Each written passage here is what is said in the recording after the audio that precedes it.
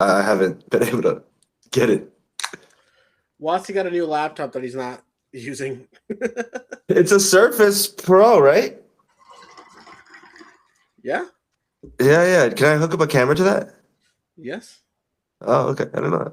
I gotta check it out. I haven't been to my mom's house since you left that day. I've been like sick.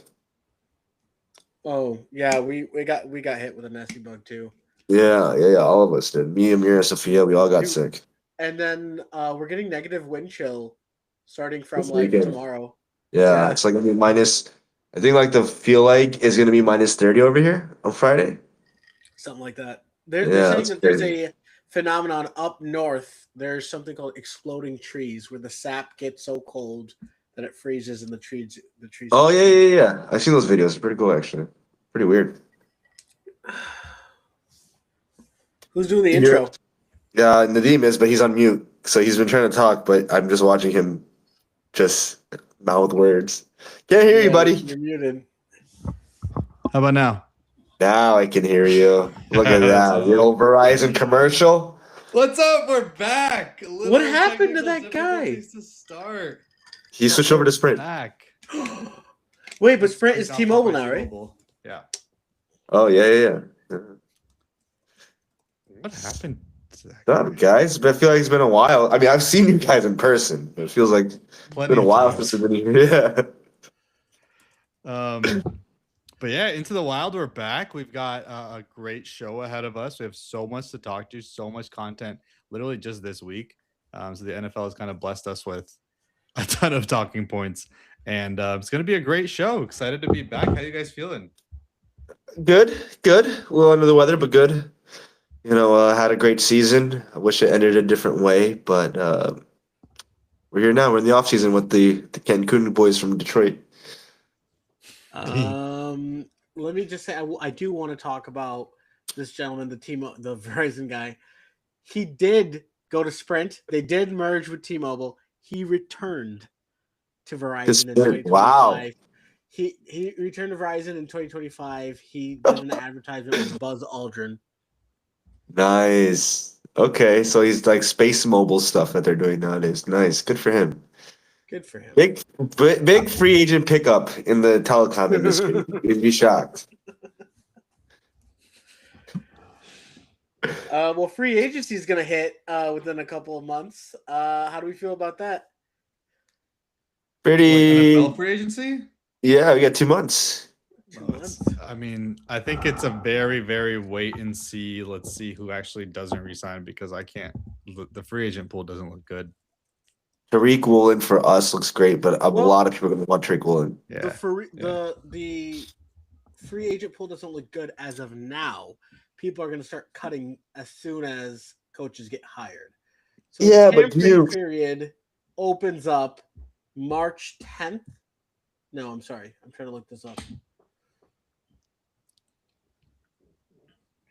I think if you're vested, that you can sign whenever. I don't think you need to like wait till tampering period or whatever it is. It does feel like we're already jumping into the off season, and I don't think that's just because We're there. we're out. I think it's the Bears feel like they were carrying the NFL season for most people, and I've seen so much like draft content just this week. It's like there's still 4 teams left, but the rest of the crop isn't really cared about. I mean, you have your fans in New England that are, those obnoxious Boston fans. But other than that, Seattle, I have 2 friends that are Seahawks fans. They're annoying as hell throughout the group chat talking about how, we wish that you guys won. It would have been an easier road to the Super Bowl, blah, blah, blah. And they're right about that. But this is what crazy. On both sides, AFC and NFC, there was an easy path to the Super Bowl for either teams. Like the Denver Broncos were hoping that the Bears were going to make it. The LA Rams were hoping that the New England Patriots are going to make it to the Super Bowl.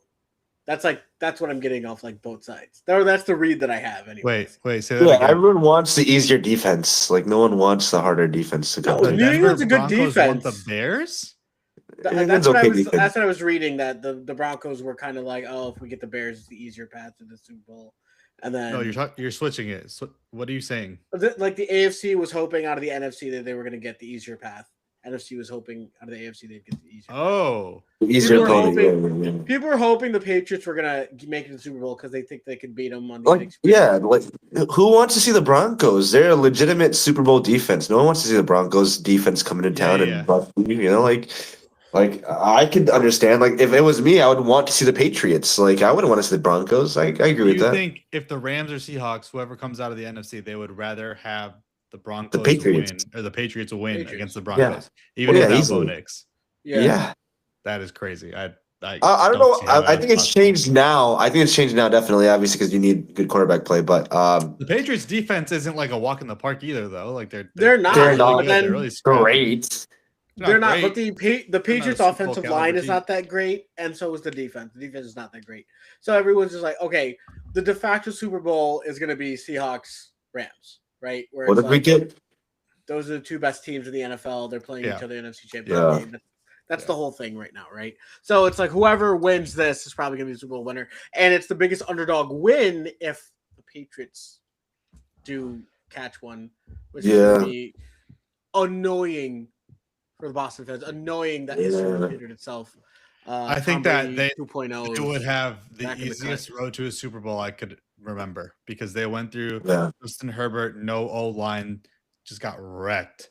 They made Yeah. the stupidest plays. Texans, Justin Herbert CJ didn't even Stroud. play that game. CJ Mhm. Stroud again, terrible game.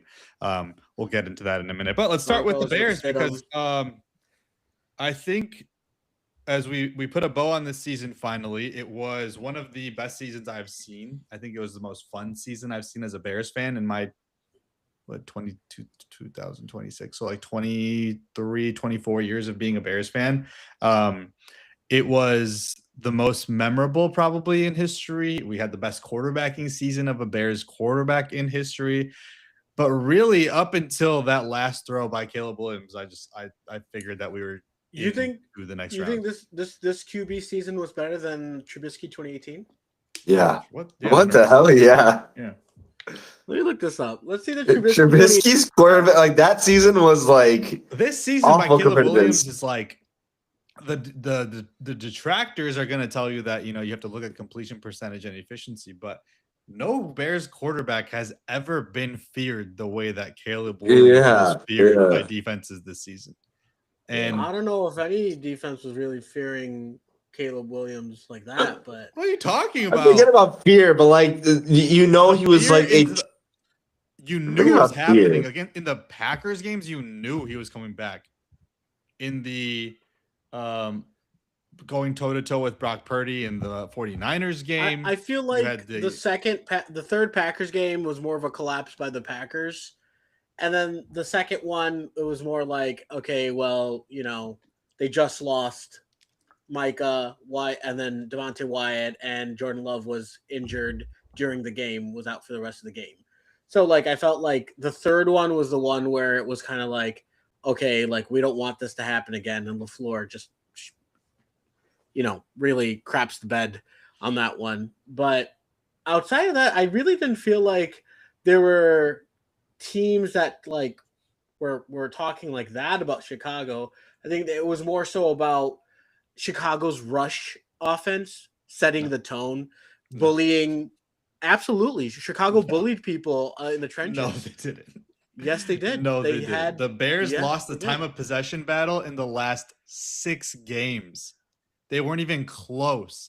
The Packers, the last time the Because- Bears rush offense did because a the Bears thing defense was is bad. the Browns defense or the Browns game. yeah, that was the last time last we're time dominant. they actually Yeah. controlled the game with the run. The Bears had a great running attack all season, and they ranked 3rd in the NFL, but they didn't control and dominate games with the rush. This Yeah. wasn't Caleb Williams like Well, they leaning didn't on the control rush. and dominate most of any games this season. I'm just saying what was dominating about the Bears this year was that line play. They really did bully people. They were pushing people off the line by 4 or 5 yards every single time. It felt like that. That's just what I was feeling, that Chicago's rushing attack was so impressive.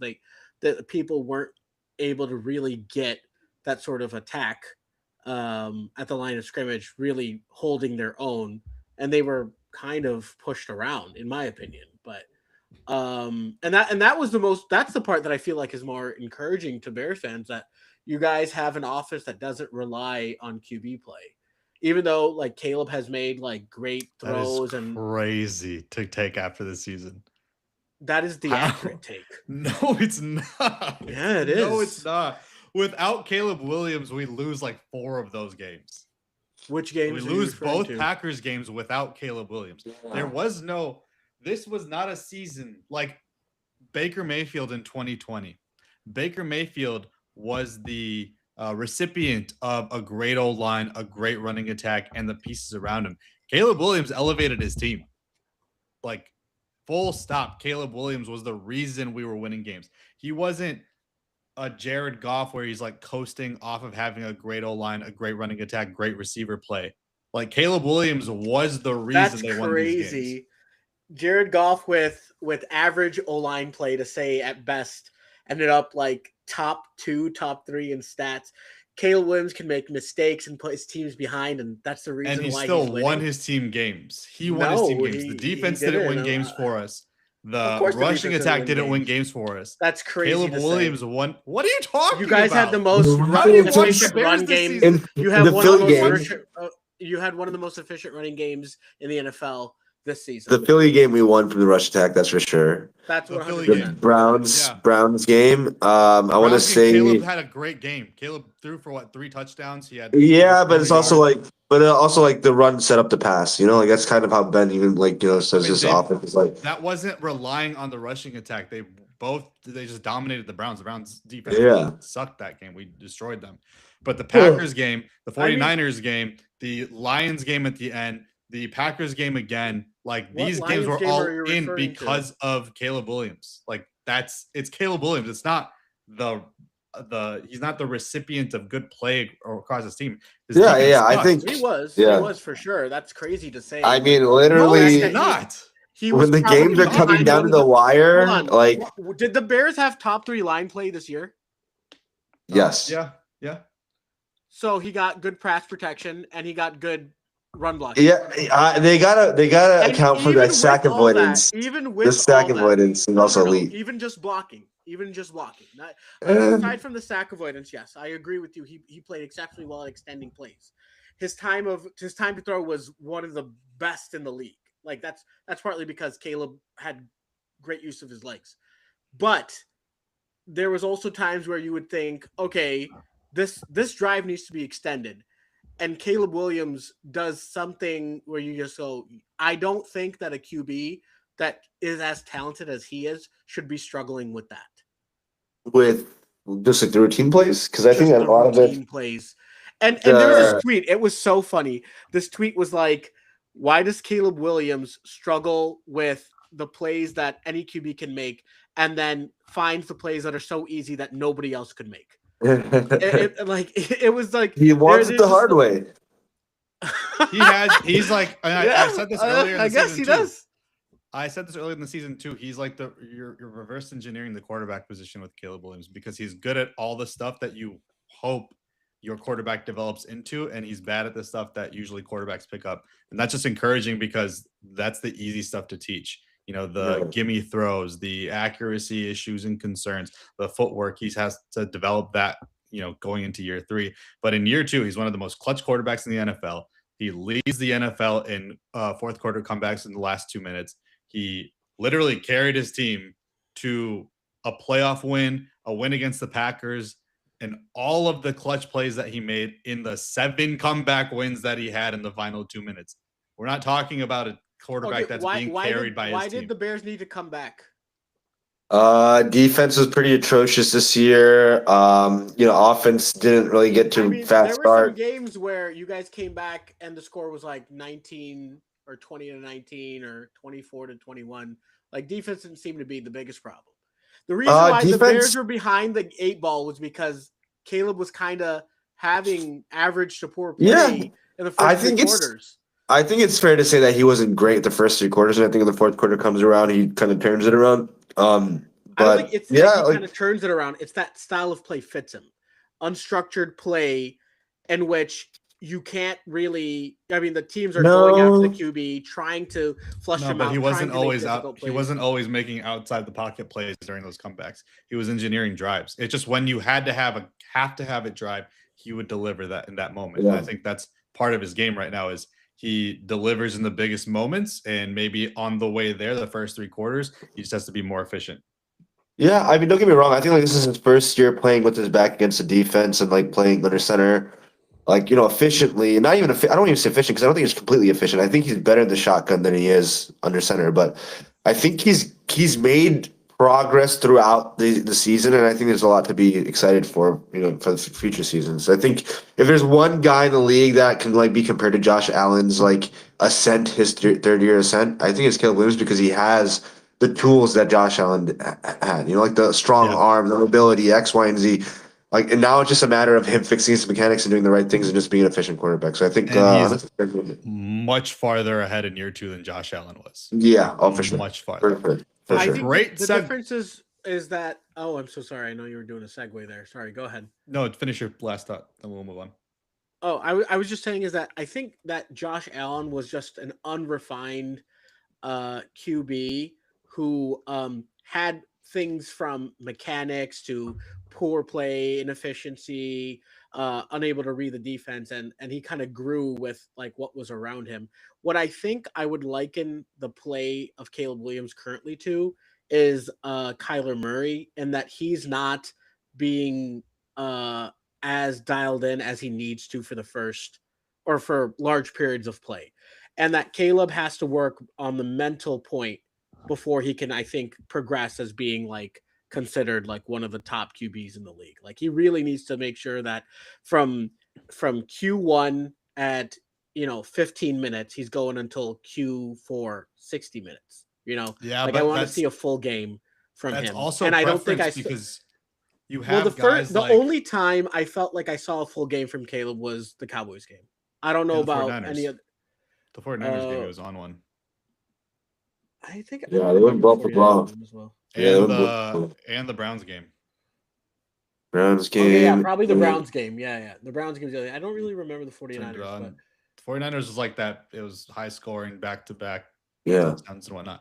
I think that, and then the last point I'll say on this, I think it's preference in a way too, because you have guys like that hype up Jordan Love like he's, the most efficient quarterback in the league, the next MVP, all this stuff.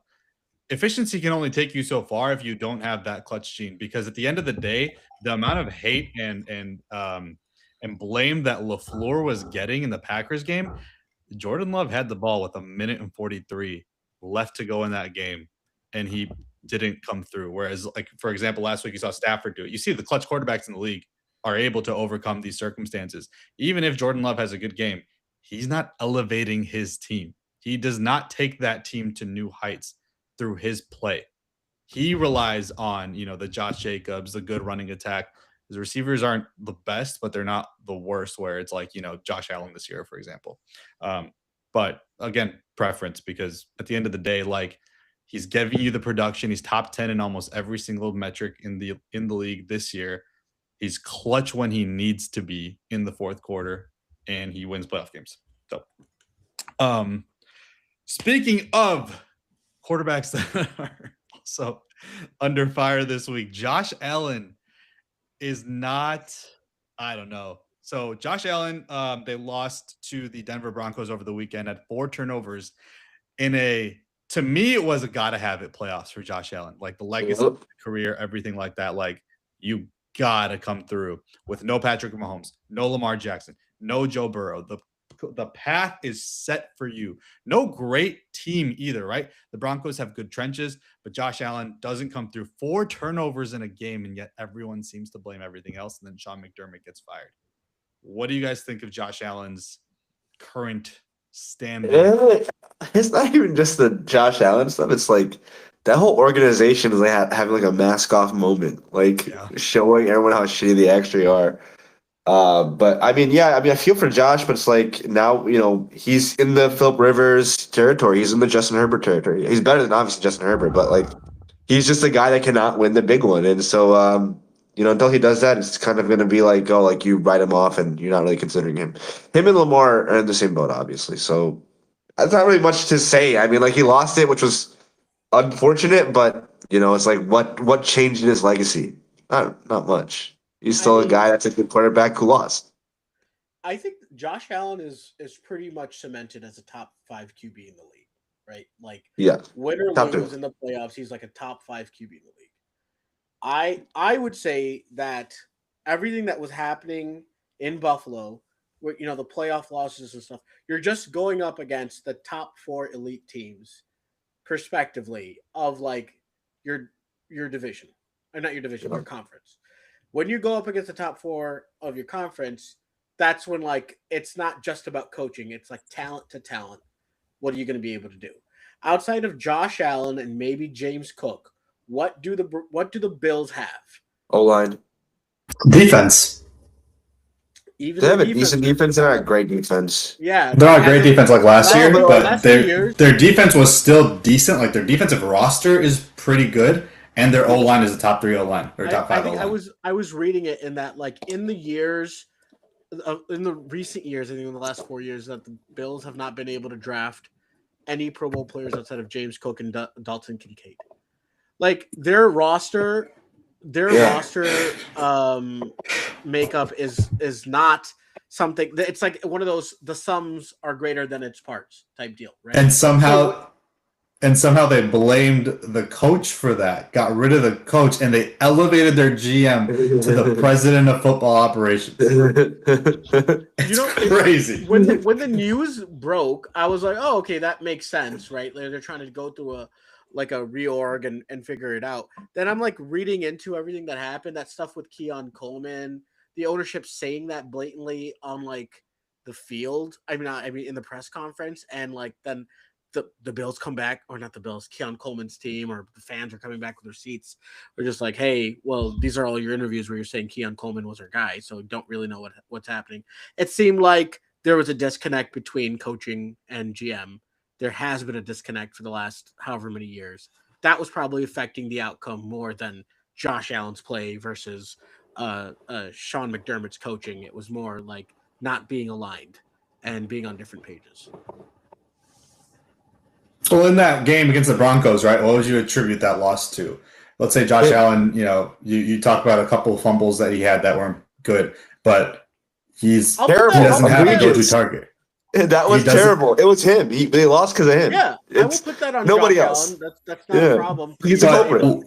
Let's say you're from a macro view, though. Let's say like obviously you can't do anything about the Josh Allen situation. You're not going to remove him from a seat. But what are you going to do in terms of are you putting more of the blame on the coaching or the roster? Because I look at that and you have Brandon Cooks and Mecole Hardman as your starting receivers. Yeah, that is the GM. That is not the coach. And what's crazy is they tried trading for Waddle, but they didn't want to give up their 2026 pick, which I thought was crazy. I was like, dude, which is so ass. You're a title contender.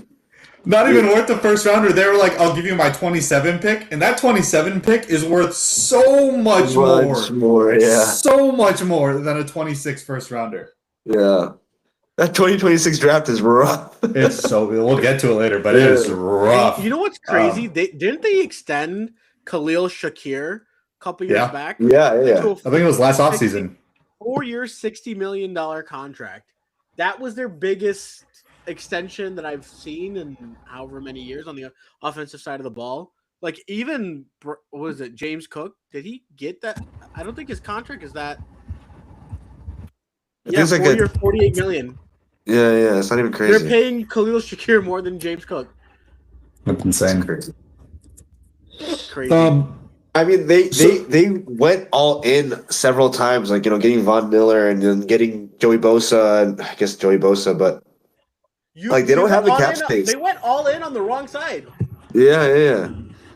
I mean, not even that. I mean, they just needed a receiver, which they did not want to pay, and then they thought Keon Coleman was like the life savior of their franchise, and are actively shitting on him in front of cameras, like in press conferences, which is crazy. If I was Keon Coleman, I'd be like, I'm not showing up. You're demanding a trade for sure. You're done. He's getting traded.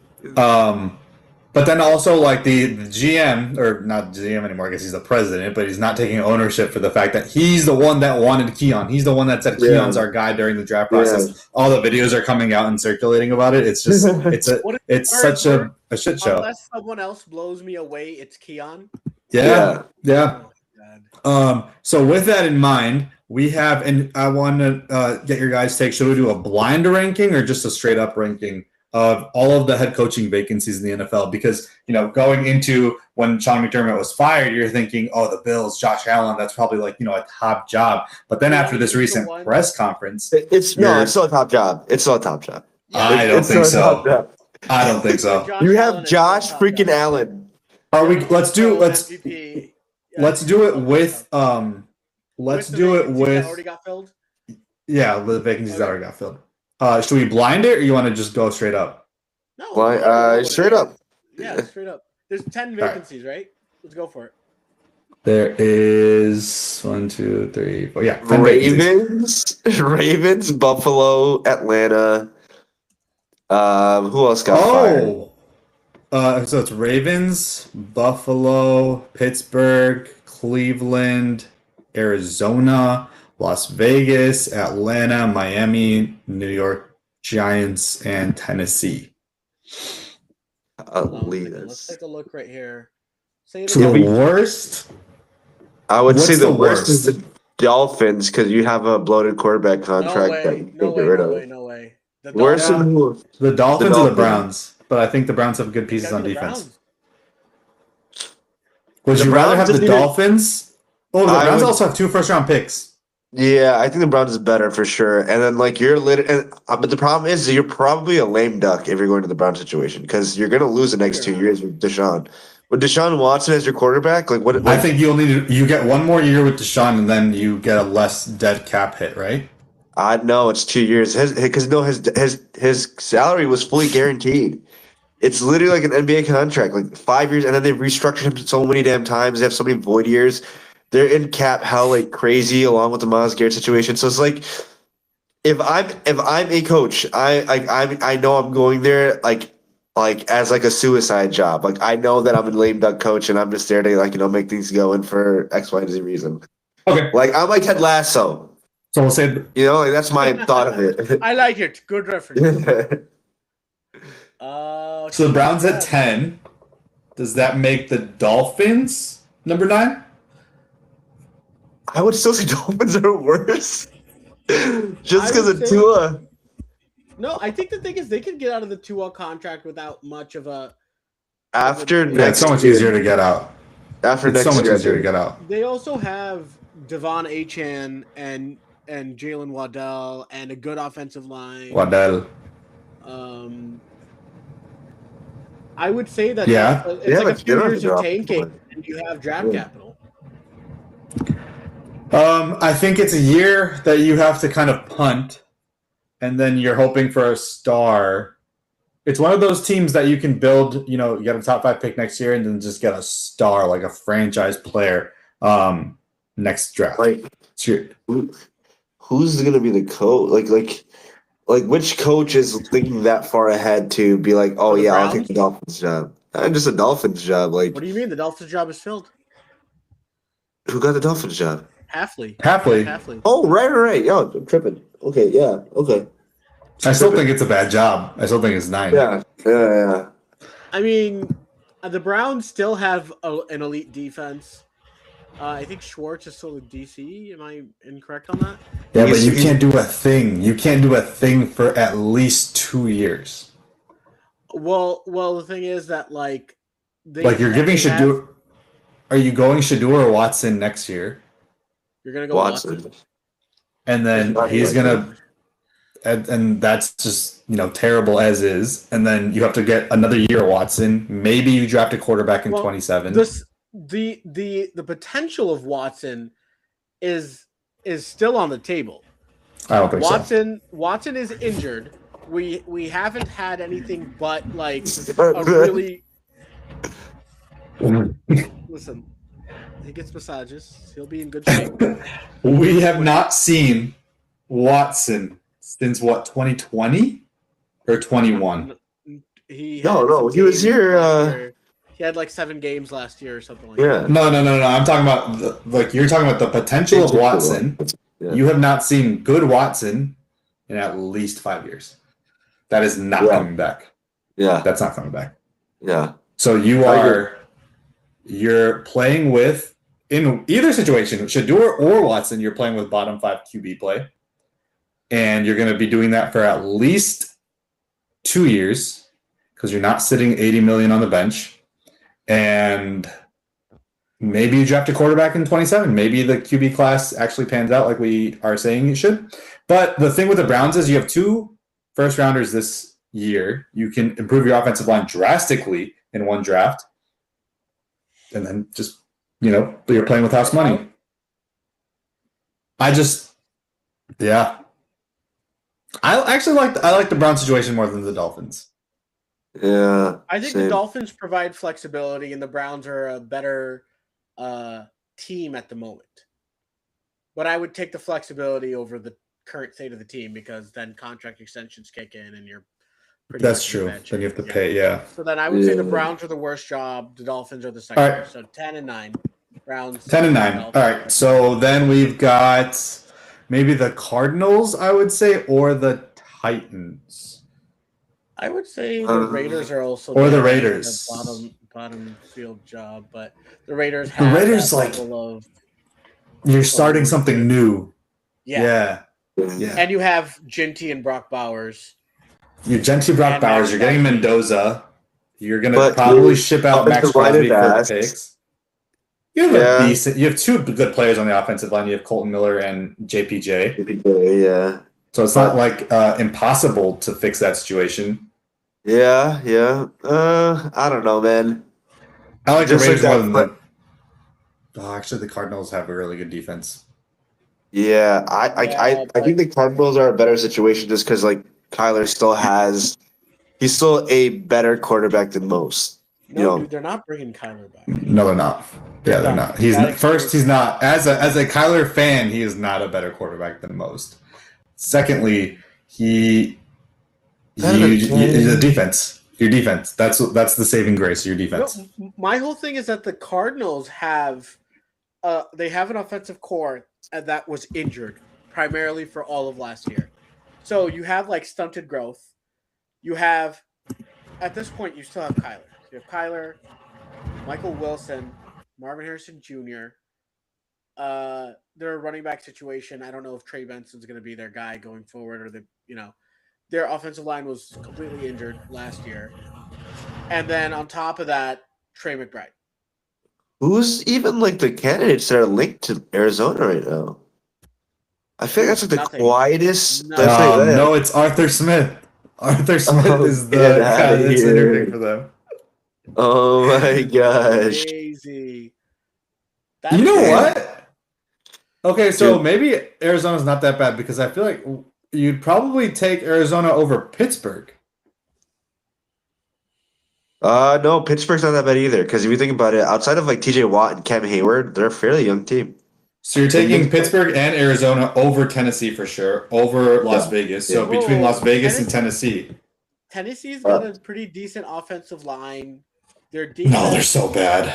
Then they have so much money in that offensive line that they spent. But they also have like $104 million in cap space or something like that. Like they have a lot of cap space. They have a lot of cap space. And I think their offensive line was bad because of what was going on in their like offense schematically. Like I just don't think it was working. Yeah, they didn't get coach fired. On paper, it should have worked.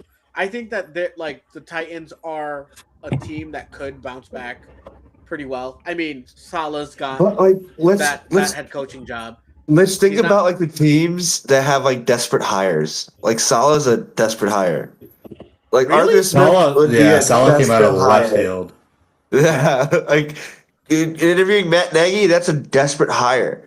Hafley, he's a good hire, but at the same time, he's a defensive-minded coach. Like no one really that's never anyone's like first option. I feel like. So like let's think about like which like the Raiders, they don't have anyone linked to them. Like those are definitely the worst jobs. Well, would you rather have the Titans job? If you're interviewing, would you rather have the Titans job or the Raiders job? Raiders. I think I'd rather have the Raiders too. Titans, But that's because you get like a clean slate. Yeah. I still With think the Titans Titans, you have to have fix to- so much. With the Titans, you have to fix so much. I really don't think that you have to fix so much with the Titans. I think the problem is that you have to have a good coaching staff with the Titans. Like someone who's coming in, they bringing in their whole entire staff, and that's what's going to turn it around. So For the you Raiders, believe it's you a have to get the blank most slate, out of those I think. players. Yeah. Yeah, So you're for the saying Raiders, it's a you blank with the slate Titans. ish. Yeah. Yeah. Yeah. Yeah, I just think the Raiders, there's just more potential that you have more control over the they've both situation. been shit shows. That's the thing, man. Like the Titans, like with after losing Vrabel and then the Rand Carthen experiment that like ended with them like a year, like so much turnover on that team. It's just I don't know, man. That's a shitty situation. The Raiders are also a shitty situation. Like what they did when they fired their GM to get the guy from Tampa Bay, I think, right? I think they fired their GM. Who's that guy, dude? Like he's like a great. They fired someone really good for no freaking reason, just so they can get the Raiders did because they thought they were gonna get Ben Johnson, right? And they're like trying to get Ben like the GM that he wants. So then they like fired the guy that had like a pretty decent draft that like has been known to be drafting well with quarterbacks and whatnot. And then they got rid of him because they thought Ben Johnson was going to come to them for some odd reason. And so they were like, oh, let's like get rid of this guy. So it's like that type of scrambling for, situational loyalty. Telesco, there you go. Tom Telesco. Like they got rid of him like just randomly. And it was like, bro, why? He actually had a good draft. Like he got what's his face?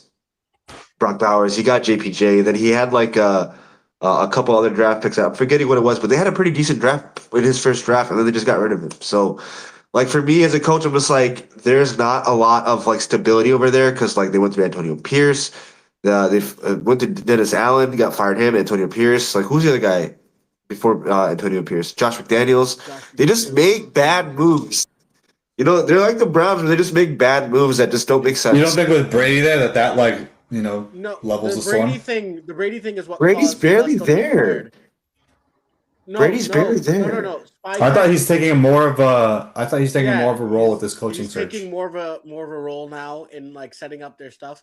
But and he came over. John Spytek came over from Tampa, right? Because they liked that organization. Brady had good memories over there. He had a connection. He had a connection with this dude Spytek as well. They were on the same Michigan team. Oh, damn. He was like an offensive lineman while Brady was there. I think towards the end. And then on top of that, like so, it's like I feel like it's just being mishandled by ownership, and ownership I mean like Tom Brady. He's got his fingerprints all over, I think, in a bad way. So maybe I would say that the Raiders are in a much more poor position than we thought. So what are we thinking between the two, the Raiders and the Titans? I'm gonna go Titans just because like they have Cam Ward and I like him, so I like Mendoza too. Shit, man, I don't know, man. That's a tough one. I like the Raiders situation more. I like the Raiders situation too. Yeah. Mendoza, so the Titans would be 8 and the Raiders would be 7, and then here are the good. These are all good, I think, in a way. I think the Steelers' job is here, and the Cardinals' job is here. You do Cardinals before the Steelers. Like you want the Steelers job over the Cardinals, I think, right? There's the Giants and the Falcons. I think I like the Giants and the Falcons more than the Cardinals job. Yeah. I think Giants, Falcons, Ravens were at the top for jobs this year. And Bills, you don't put the Bills in that mix? Yeah, the Bills. Yeah. Giants, Falcons, Ravens, Bills at the top. So Steelers, or you said the Cardinals over the Steelers, so Steelers would be what, 6? No, I think the Steelers over the Giants too. No. Really? That nucleus on the D line with Malik Neighbors, with Jackson Dart, Cam Scatterbo, a decent offensive line that overperformed. Yeah, that offensive They're probably line going to bring overperformed. They might shake things up in order to get it better. Like there were shaky play on the. Well, you have a top 10 receiver. You have Cam Scatterbo. You have Jackson Dart, who played really well. You put another receiver there, and you're in business.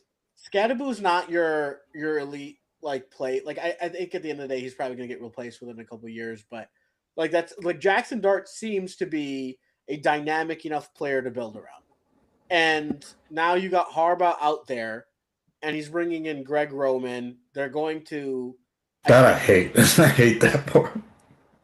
I think that Greg Roman is respected for being a flexible coach who is making an offense or tailoring an offense to his team, to the strengths of his team. So I'm gonna wait and see how I feel about this. Where's Greg Roman going to? The Giants? Giants, yeah. Yeah. Dude, the Harbaughs and one their Harbaugh love to the for next. Roman is just so annoying. Crazy. Their nepotism is unreal. Yeah. Crazy. They just bounce off each other. Crazy? The Ravens are in line to hire Jesse Minter, a Harbaugh disciple. Crazy. And Jesse Minter bounced back between Harbaugh, the brothers, both brothers. Yeah.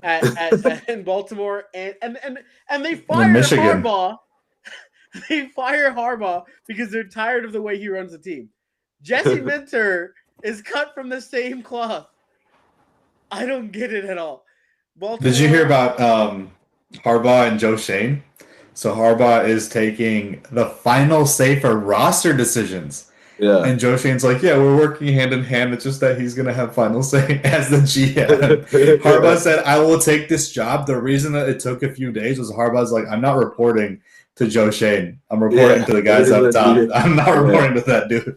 It's like a lame duck GM, basically. Yeah, basically, yeah. But yeah, I would take the Giants job over the Steelers job for sure.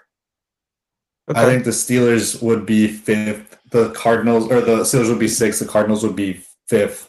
And then you've got Giants or Falcons. The Falcons job is sick. Like that roster, I feel like with a good coach, that roster would be so good. Win. Yeah, they were prepared to win. Yeah.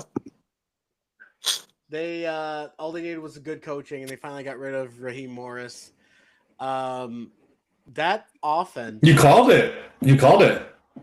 Yeah, dude. I did not think. I thought they were underperforming with all the talent that they had. They underperformed. They underperformed on defense. They underperformed on offense, even though their offense was kind of efficient. Like especially towards the end. Yeah, with Kirk like stepping in. Maybe Kirk wasn't the problem. Maybe it was Robinson, but. But yeah, dude, that Stefanski coming in. So the one thing that Stefanski can do is just bring stability. I don't know of like the floor or the ceiling. I don't know where they'll be, but it's stability and it's consistency, especially on the offensive end. That's what they'll get out of it. Yep. Yeah. So do you have them? Do you have them above the Bills? No. Yeah. What? My guy. They have. There is no job better. NFC South next year. Who cares? There's no job better than the Bills. There's no job better. There's no job better when there's a legitimate MVP quarterback. That is everything to you. You get leeway when there's an MVP quarterback. Who cares? You have Josh Allen and Lamar Jackson. The Buffalo roster is going to be turned over. Yeah, 100%. Maybe, but I feel like they had a pretty solid draft this past. You have James Pierce, you have Jalen Walker, you've got Xavier Watts, Jesse Bates, AJ Terrell. Dude, you got go to the offensive side. Drake London, Bijan. Their offensive line is one of the best in the game. But you have a question at quarterback. Kyle Pitts is free agent, maybe, but you have a question at quarterback. That means you can bring in your own guy. You get to choose. That's quarterbacks don't grow on trees. Hold on. Kirk is good enough to be a stopgap. He could win the NFC South, and they could still get his replacement in 27. I feel like that's a little overrated. Like, he played a few games and he was really good, but had he played the entire year, I don't think we'd been saying that. No, I'm not saying that Kirk's going to blow you away. I'm saying that he's stable enough to get you through a few years. Yeah, I mean, if you're going to stable, yeah, I guess. Get to 27, get you one of these quarterbacks. Yeah. You would rather. I mean, first, who knows? Like, what if Mike Penix does actually develop somehow, some way? But like, there's still a possibility. Develop cartilage in his knees. Yeah. That's what he needs to develop. Because like, his availability is the best ability. Get to stay on the field. I feel bad. I hope the guy remains healthy, but. So is it? Would you? So then, if you're saying that you would have the Falcons job over the Bills job, I am, that means you would also have it over the Ravens job. Yeah, I would have. I would say Giants, Falcons, Ravens, Bills.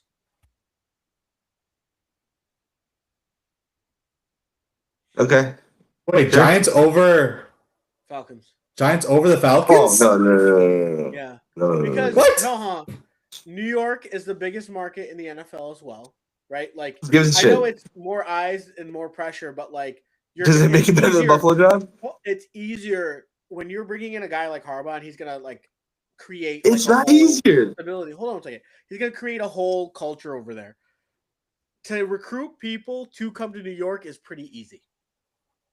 To play for the Giants is like a dream for like half of America. They want to be Definitely not. No, it's who not. Who the hell has a dream to play for the Giants? They want because they want hell? the exposure. You want to have the sponsorships. You want to be in a happening city. You want to be there. No, sure. I mean, New And then- York, if and you're then using they that, but that's not have- the reason you would take that job. They have Like- a younger core. They have a younger core Yeah, with yeah. higher potential than the But Falcons less. currently. I don't know. The only reason why I'm saying You that think is Jackson because- Dart is better than Michael Penix? Like straight up, you would rather have Jackson Dart long term? Yeah. And you would rather have the nucleus of Dart, Scatterbo, and Neighbors over Bijan, London, and then insert QB? The whole problem is insert QB. I mean, like, if you had. Remember It's how good really the hard to Browns were find in a QB. 2020. But if you have like a mid QB, like 13 to 15 range, mid QB, London, Bijan with that offensive line, with those pieces and weapons on defense. Pitts too. I mean, it Pitts if he stays, because he could leave this year, right? I think he'll stay. But In the I don't short know. term- in the short term, the Falcons are a better option. In the long term, the Giants are the better option. Because the Falcons, you'll win immediately. But the thing is, then extensions are going to hit for your entirely built roster, which came within the last 3 years. Who, the Falcons? No, I think Yeah. they'll be able to sign everybody because they don't will have a be. quarterback to sign. They will be, but then you're going to need a quarterback. So either you sign a quarterback or you draft a QB, and then you're still in that hell where you say, okay, what are we going to do? Do we need to extend? Oh, you get 3 years. Yeah. You'll get 3 years after next year. You'll get 3 years with whatever quarterback you choose. With the Falcons? With the Falcons, yeah. I think they have 3 years from now in order to like. No, if they draft a quarterback next year, they would have 3 years from that point. So you at least have 4 years. Well, then you're still going to be paying Drake. You're not paying John. Penix. Yeah, you're not. You're paying all those guys. As long as you don't have a quarterback to pay, you're going to be fine. With the Giants, you're going to have to pay Abdul Carter. You're going to have to pay. But the pay Brian Falcons still Burns. have a quarterback that they're paying. That's the thing. When we're Oh, who are they paying? Kirk. After His this year, they can contract? get. Well, they can His get contract? their contract this year. Yeah, it's Yeah, they can guaranteed get it enough. this year. Yeah. Yeah, What's Kirk's contract look like? it was It like was like 2 it 4 was like 4 years. years, $200 million. 280 million. Yeah. 180, yeah, and then 2 years Yeah. guaranteed. Yeah, Yeah. And let's see the cap hit according to Spot Rack. I think it's just straight like divided by 4, like 42, Yeah. 4 million. 44. Yeah. 24 million this year, 90 million next year. So basically, what it is just jumbled like all of Yeah. his dead money to last year. Yeah, so they can just cut Yeah. him because he's not gonna sit at $90 Yeah, million. yeah. Yeah. What do you mean? They can't cut him because they're going to owe him some of that, right? They dead unless cap you for sign like a this year- signing The dead bonus, cap for this year is 35. The dead cap for next year is 12.5. that's nothing. Yeah, next year. Next Yeah, that's year, at nothing. least this year they're going to have. Yeah, that's what I'm saying. So you go with Kirk this year, but then if you draft a quarterback, you get a high pick, boom. Like His you're base chilling. salary is 67 million though, so they would have to pay. They have to convert it. Yeah, they'd have to pay a little bit, and Next then they year- convert the rest. Next year, no. How does that work? Point being is like Salary- all these extensions that are coming, they're coming next year, after next year. So you'll Yeah. be able to manufacture something to. a good GM would be able to take care of that. Yeah. So you have the Giants 1, the Falcons 2. You said the Bills, Ravens. I think I said Ravens Bills. Ravens, Bills. Damn, that's crazy. I I- consider Lamar like a top 1 or 2 QB in the league. So I don't have a problem with that. I think I would also have the Ravens over the Bills too, because I think Yeah, I that think they're better nucleus too. they're nucleus. So what is the I don't know about nucleus? that. Because you have to Derrick replace. You have to replace Derrick Henry. You need to get Mark receivers. Andrews is I don't a understand, man. Get these guys some receivers. Why didn't all the top Zay's not QBs in bad. the league not have receivers? Zay's not bad. Zay's not Zay's bad. not. bad, but He's not bad. He's good. He's not amazing, but he's good. I mean, you would shoot for amazing, right? He's better than what the but Bills have. That's for sure. This is what happens when you draft in the 20s. Like for the past 5-6 years, like you're not going to get the cream of the crop. No, They can but draft you better still- for you still sure. you still have to be able to develop those players, and I don't know. Yeah. I Offensively, mean, they just let it drop, and they were like, "Yeah, we're gonna fill it in via free agency." They extend Rashad Bateman after what? that's crazy. Nothing. Isaiah Likely, they gave him an extension too, right? Oh, they No, did. they give not Andrews yet. Andrews an extension. Mark, Yeah, they Andrews, haven't paid Likely yet. I know that because I have him on my dynasty roster. But no, yeah, you're right. 4-year, $4 million from the Ravens upon getting drafted. Yeah. They extended Mark Andrews, Rashad Bateman, Zay Flowers. I don't know what his deal is. He's still on his rookie deal. Yeah. Derrick Henry is getting paid how much? Like 12 million, I think. Yeah, that's pretty steep. They're probably going to need. No, he's guard. done. He had like a 3-year contract. I think. No, I think he had a I think 2-year he's contract. He's entering the last his year of last- his deal. Yeah. Yeah. Okay. Yeah, still not bad. They just can't cut him this year. They have to wait till next year. And they need good guard play too. They might lose Linderbaum. Linderbaum might be gone. How do you lose Linderbaum? I don't get that. Why is He Linderbaum might being go he projected might to go be? the Giants. But I don't know. why would I you mean, not pay Linderbaum? They might because I don't think they wanted to get his 5th-year option because it was very expensive. Oh no, his 5th year's option is like $22 million or something. Yeah, so I think that's what they declined it because the interior O line is jumbled up together, all those salaries, like the same way with linebackers and edge defenders. So they're like, it's way too steep to pay him his 5th-year option. We might as well just do it later and just I think they were Signed him trying for to cheaper. extend him, but with all the uncertainty, he doesn't know if he wants to come back. no. And I think he wants. I don't know. I think he had some loyalty to Harbaugh. Crazy. no, man, it's that money. As long as the money's right, he's going wherever the hell They're they're not paying paying him him. more than Michigan man, right? a year. No, dude, but he's gonna get at least 20 on the open market. No, For 20 is a center. You think lot. so? No, 20's a lot. 17? 17 I is like think Creed 17 Humphrey level. 17, yeah, you'd have to be like elite for a few. I would say years. he's like a top 3 center Yeah. in the league. No? I think he's up Yeah. there. Yeah. But and if the it's, value first doesn't year of base- like elite play. The value doesn't go based on the market doesn't go based on your play. The market goes on just the salary, just getting more money. Like if Creed did it, you're going to want to be the highest paid and Yeah. so on and so forth. No, because people It's not going to won't be pay that- like they're not going to. Somebody pay that will. much per center. somebody will. Like we Yeah. paid Dahlman, what, 12? No, 15. 15. There you go.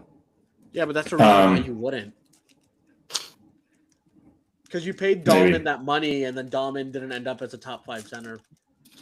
He did it? He did. He just wants to be a hater. Dahlman had rough games towards the end of the season. Like I think he had like 3 rough games. Yeah, but he was good. He for was really For the good. most part, he He was was pretty solid. damn good. He was Well, not alright, a we're top gonna 3. top 5 53 center. minutes. 53 minutes into this episode, we haven't talked once about the games up this coming weekend. So let's jump real quick The and games cover are not that exciting. The offseason is more exciting at this point. Yeah. literally, and it's because Okay, the wait, Bears. sorry, that was completely wrong. The NFC Championship game is de facto Super Bowl. That's going to be exciting. So who's winning the NFC? Who's winning the Super Bowl? The Rams. The NFC. I got the Rams. I mean, that was my Super Bowl pick. The Rams. Yeah. Yeah, So if they win, I know ball. Fortunately. But I don't want the Patriots to win. And I heard Jordan Palmer, who I think is Jared Stidham's agent, was like very, very insistent that Jared Stidham elevates the Broncos more than Bo Nix does. Oh, really? Yeah, so maybe there's some Jordan- truth to that. Jordan Palmer Are went you? into representation? He's no longer a coach? Yeah. No. Interesting. Do you guys find any credence in that, or are you just taking the Patriots? I'm gonna take the Patriots just because it's a quarterback-driven league. I think but it's a better watch. Drake, your boy Drake May had what, 4 turnovers last game? Yeah, but Shaq. it's a better Super Bowl if Drake May v Stafford go. Like I want the better quarterback play to occur. Well, yeah, because it's like the narrative of the two MVP candidates going against. Yeah, each other. I mean, you always want it to be offensive driven. You know, like, obviously, like you're not looking for a shitty defense, but you want it to be offensive driven. You want stars at the quarterback position, and that's what makes a good Super Bowl. Like, I don't want to see Sam Darnold and Jeff Stidham, or was it not Jeff Stidham? Jared. Yeah, see, I don't even know his name. Yeah, I think the Patriots Rams is the most entertaining, but I feel like Patriots or Rams Broncos would be really cool too, because you have a really good offense versus really good defense. No, I think the problem is the Rams defense would probably take that one pretty easily. Like the offense, the Broncos offense would just like not perform against it. Yeah. Like there's no hope for them. Yeah. Sorry, Jared Stidham. I feel like it'd be a blowout either way. I feel like any of the four matchups, the NFC team would blow out the other team. Like, do the Patriots stack up against? No, the Patriots. I don't know that or the Rams well. The Seahawks don't blow out anybody. If they're playing the Broncos, we just saw them blow the brakes off of the 49ers. Yeah, the 49ers are a bad team though. They got. Do you lucky. think the Patriots are that much better than the 49ers? I think they have a more respectable defense and go blow for blow on offense. Yeah, so I think they're better than the 49ers. They cannot go blow for blow on offense. No, I don't want to say blow for blow. Obviously, the Seahawks are a great team, a great defense. But I think that they could still score more than the 49ers could. Or keep it a close game because, like, they have a better defense than the 49ers do. Hold on. The Patriots are live. They're a live underdog. Let's not say that they don't have the ability to do it. Yeah, there's a stat that indoor teams have never won the NFC title game on the road outdoor. Huh. Wait, what is it again? I can see it. I'm worried about the Rams because I won the NFC title game on the road outdoor. And the Seahawks are 13-4 at home in the playoffs. Golly, I don't want to see the Seahawks playoff stuff, but it's also like I think telling that like an indoor team in early January, late January is just not going to be as easy. They're not going to be doing as well, like Rams and Bears. Like I mean, look at the Rams. Yeah, the Rams look terrible on. I think the Rams have been on the road for like 5 out of the last 6 weeks, something like that. They could be tired. They could just be like fatigued. They could be tired. Bro, yeah, let's look at this on the Rams schedule. I think Wasi is frozen. Am I? No, it's not. You just had that face stuck like that. My bad. No. I'm like, what's going on? So there was Rams at Seahawks. I'm sorry, it was Rams at Cardinals, then Lions at Rams, Rams at Seahawks, Rams at Falcons, Cardinals at Rams, Rams at Panthers, Rams at Bears, That's pretty. That's rough. Yeah. Yeah, so we'll see. I feel like it's not the Bears being out of it just like killed it. Because we were so hyped about this postseason. The Bills being out of it killed it also. I mean, I think you think the Bills. Yeah, that's true. The Bills. Again, Josh Allen he's box office. You want the Bears. I don't think the NFC. I don't think the NFC is dead as of right now because people. It's not the big name, but like in terms of like the Rams, they're still the big name that's over there. Chicago is also a big market, but then again, like you still have two of the best teams in the NFL going at it in the NFC Championship game. Like at the very least, their storyline's still there. In the AFC, it just feels like you're not getting. They're lucky to be here. Yeah, they're lucky to be here. Yeah. Like the path that the Patriots took is the easiest path I've ever seen. Yeah. And you're just gonna hear Drake May truthers just go off about it. What a draft class, 2024. All right. So moving on to the mock draft. So we did a mock draft, our first mock draft. It's going to be end of the CFB season. Indiana takes home the dub against Miami. Carson Beck throws the stupidest interception, but very on brand for Carson Beck. Sees the safety going over the top. He's like, there's two defenders down there. Let me throw. There's 51 seconds left in the game, by the way. on the drive that he could have came back and won. Malachi Tony's going to be a superstar. Other takeaways from that game. It was a great national championship. That's a big thing. And but we haven't had one of those. Yeah. So my wife before the game started was like, "Oh, all these national championship games usually are blowouts. They suck." Yeah. And then the game turned into one of the all-time classics. Yeah. Yeah. So and then the cameraman was gooning. That was on internet. So we got the mock draft, our first rendition. Mendoza, no surprise, is probably. Cam Ward was pretty much a unanimous number one overall pick last year, right? Yeah. Yep. The thing that I like about this draft is that from 2 onwards, it's just wide open. Anything can happen, and it's like not a bad pick. No, but even 2, like in this draft, I was kind of like, whatever. Let's just, because that was my pick. I was like, you know what, Peter Woods, they could use him. Peter Woods is pretty solid, and I think that. You could have gone, Ruben Bain. You could have gone, because it's the Jets. You could have gone Carnell Tate, or even Makai Lemon. You could have gone Arvil Reese. You could have gone Jeremiah Love. Like that could have been 4 or 5 different ways, and we chose to just stick with the defensive identity. The thing is, I think we're gonna look back at this draft and laugh at it because Peter Wood's going number 2. It's kind of funny. Makai being 4. I think Makai has a chance to go 4, but like Caleb Downs going 11, I was like, that's never gonna happen. I think he would go to. I think Caleb would go at 8. Like at the very latest, like I think that even like the Redskins the Commanders would go after him. Like I don't see him falling that low out of the top 10. So Makai Lemon to the Titans, I think that's very rich. Even though he's probably the best receiver in the draft class, do you think this draft is similar to the 2020 the Hutchinson Kayvon Thibodeau draft? No.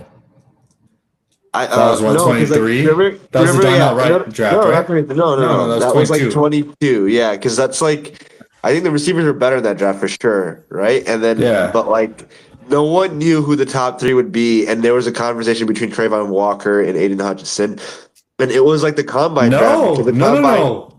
If you remember, Trayvon Walker was never even mentioned for the top pick, and that was one of the surprise top picks. And then he had a great combine. I remember it was the combine that did it. Yeah, and measurables. Yeah, but even then, after the combine, everyone thought that it was Aiden. Yeah, but it was thought that because Aiden's team was in contact with the Jaguars, and that was the leak that the Jaguars are in contact with Hutchinson. And then I think leading up to the draft or the night before the draft, he got a text saying, "Oh, they're going in another direction." Something like that, where Hutchinson was going to be the top pick, but I remember it was along with the measurables. It was between Kayvon. It was between Kayvon and Aiden, and then you thought up until draft night that Aiden was the top guy, and then all of a sudden Trayvon Walker, and then I remember thinking that pick, I was like, "What is that? Like that's clear cut." The Jags just missed because, and it turned out that way. You saw those. The product of that right away because Trayvon versus Aiden, it's not even a comparison, right? Like this year, Trayvon's still good. He's just not he's good, but he's not elite. You're not talking about DPOI or anything like that, right? That's all Aiden. Aiden's probably the best player out of that draft class. Kayvon, that's what I'm saying. Look at this draft class. It's going to be very combine influence. Whoever has a crazy good, Senior Bowl, East-West Shrine game, those are coming up. Whoever shows out that way and just has momentum building up, that's going to be who gets who fills out the top 10. Because it just doesn't feel like there's someone that has really separated themselves. I just don't think the talent in this class matches up to 22. And I don't think 22 is the best draft class. We're so spoiled with the 24 draft class. That's always what I go to evaluate the talent in a certain draft class to see, all right, does this match up to what we've had in prior years? 22, you had guys like Kyle Hamilton. You had guys like Downs. Sauce and Stingley. Yeah. You have guys you have like good corners in Aiden. this draft. Like You have I'm good saying, corners in this it's draft. very similar. Like it's very similar. Like there was also like an underwhelming quarterback who, like I think that was a Pickett draft, right? Who was a quarterback in that draft? Yeah, it Was was a that Pickett draft. Pickett? Malik Willis. But obviously Fernando Mendoza is much better than Kenny Pickett. But I'm saying like Yeah. there wasn't a lot of quarterback talent in that. Underwhelming. A lot of defensive guys that you don't really know about. Some guys that had productivity like their senior year. Some guys that have like measurable concerns. Like so, it's like it just really reminds me of that draft for some odd reason. Yeah, it's not a superstar heavy draft. Yeah. At all. There's probably, and like we were talking about this earlier, so like who are the blue chippers that you see in this draft? And you had a long list. Like that was crazy to me because I was you had everybody in the top 10. I think like Your you got to really stagger how are you going to be your blue chippers because it feels like only the safe picks are the ones that people are willing to commit to. Like I don't think like even Ruben Bain, even though he had a great year, a great national championship, even people are like kind of like, oh well, we don't know. Yeah, his arm length. Because his arms. That's his arms. Weight, but even the tackles, like Fano had a bad year compared to what he was touted as. He was supposed to be like a top 3, top 4 pick. Was it Fano or Lomu? Or no, I'm sorry. Fano, right, because Fano. Lomu, a lot of draft experts are talking about Lomu as a guy that might actually be the first tackle taken from the Utah team. You're right.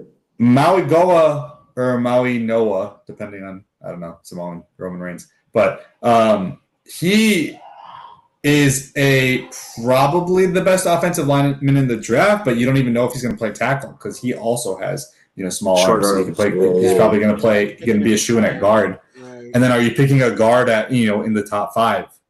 You have no idea. Yeah, I don't think you are, but it's like I think that there for sure are guys that that will be above average starters. I don't want to say they're going to be elite starters. I don't know that there's going to be a lot of those. I think Caleb Downs is probably the only one, and Jeremiah Love are like the two that you're for sure about. Like, yeah, they're going to be good.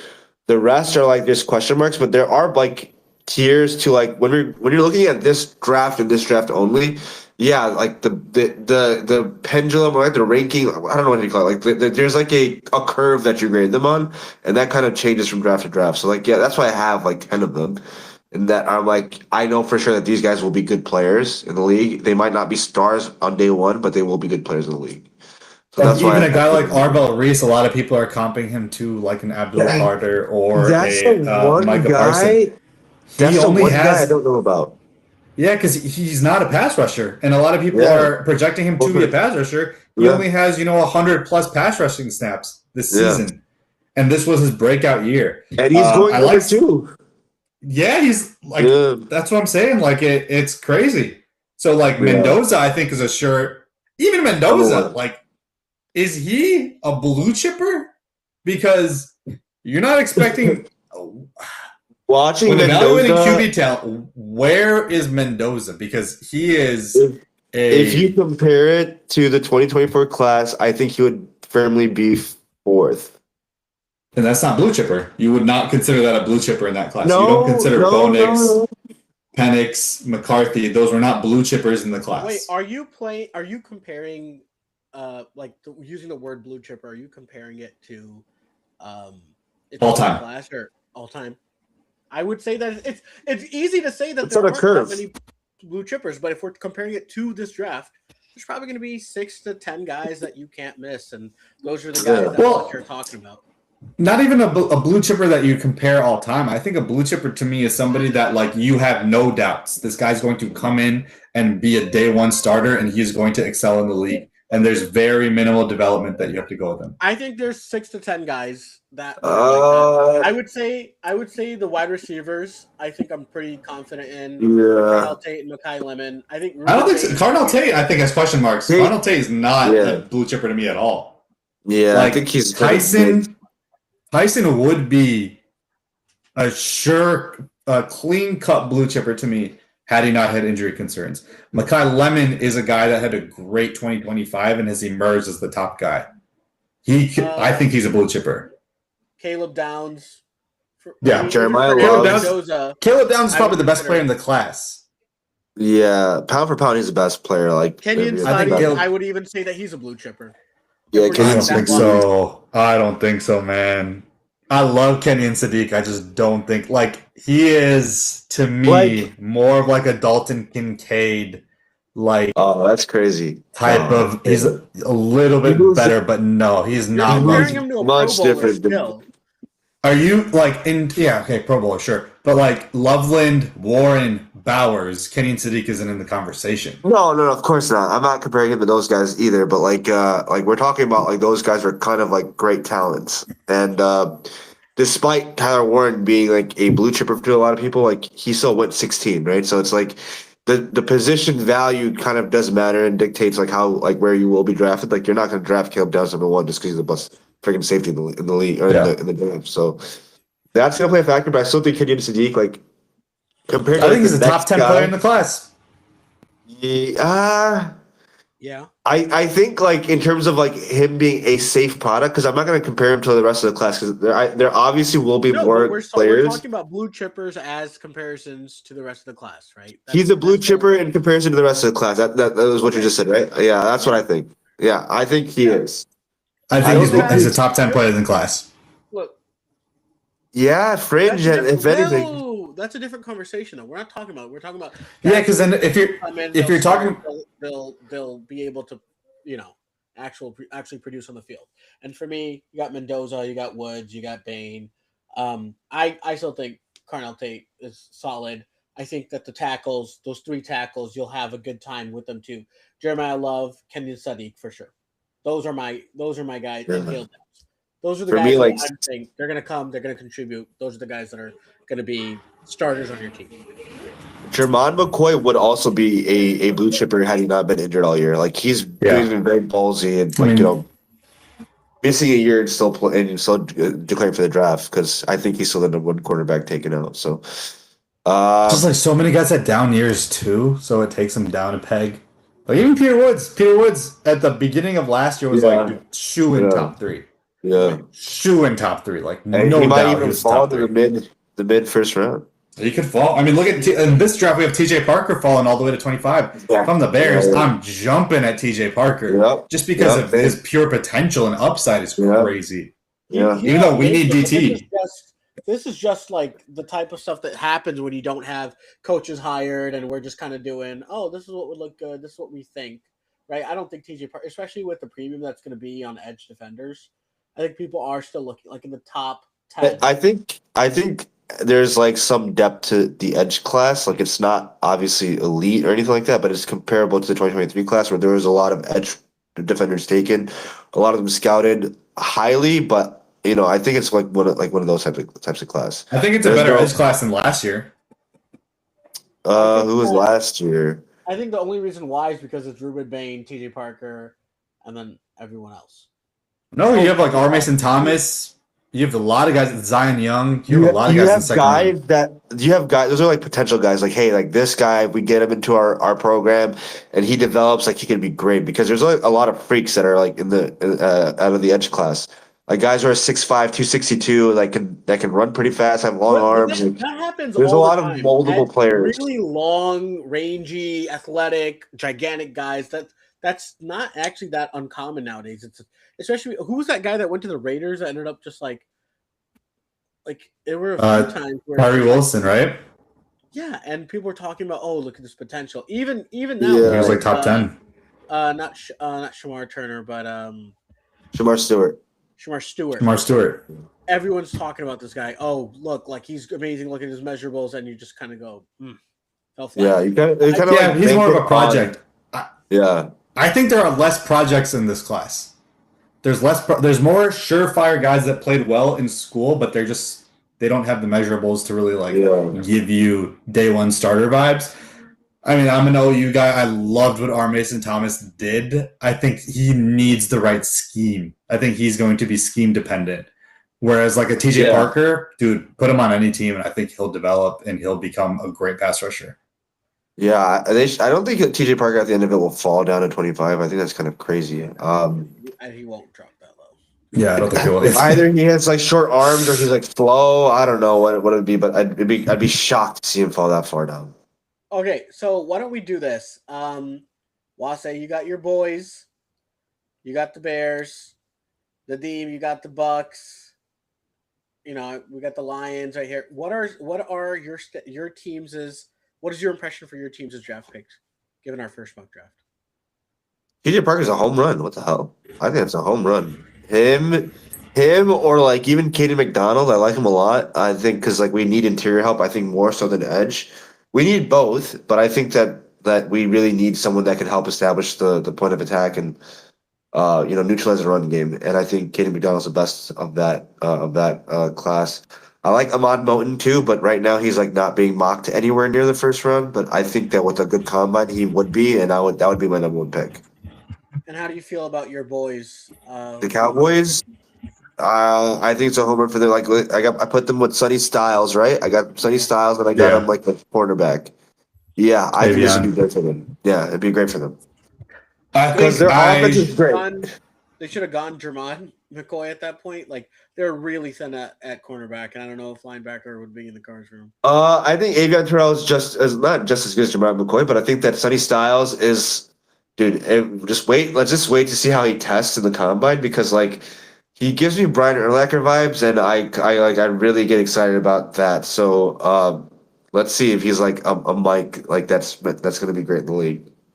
Because he has like the same career arc, like being a safety for the first couple of years and then like just transitioning because he's just so big, 6'4", 240, like can play like great at reading and reacting. I think he's getting better at reading and reacting in terms of the run, but like coverage skill wise, like when he's like going down the seam, like from his back to from like facing the offense, man, he looks just like Brian Urlacher. So I'm really hoping that he's that and that the Cowboys get him. Dream, what about the Bucks? How do you feel about him? Who did they take here? You're gonna have to. It's right here. Yeah. Cassius Howell. Wase had put Cassius Howell to them. I don't see Cassius Howell as an edge. I think he's going to play off ball linebacker. I don't think he's going to be a good edge. Stop it. He's playing edge. He's playing. I just don't see it with him. He's playing edge. I think that if this panned out this way, which it probably won't, but like if David Bailey went a pick ahead of him, I would say trade up and grab him because David Bailey has the potential to be the best player in the draft. Yeah. What he did this season at Texas Tech, he is a game wrecker.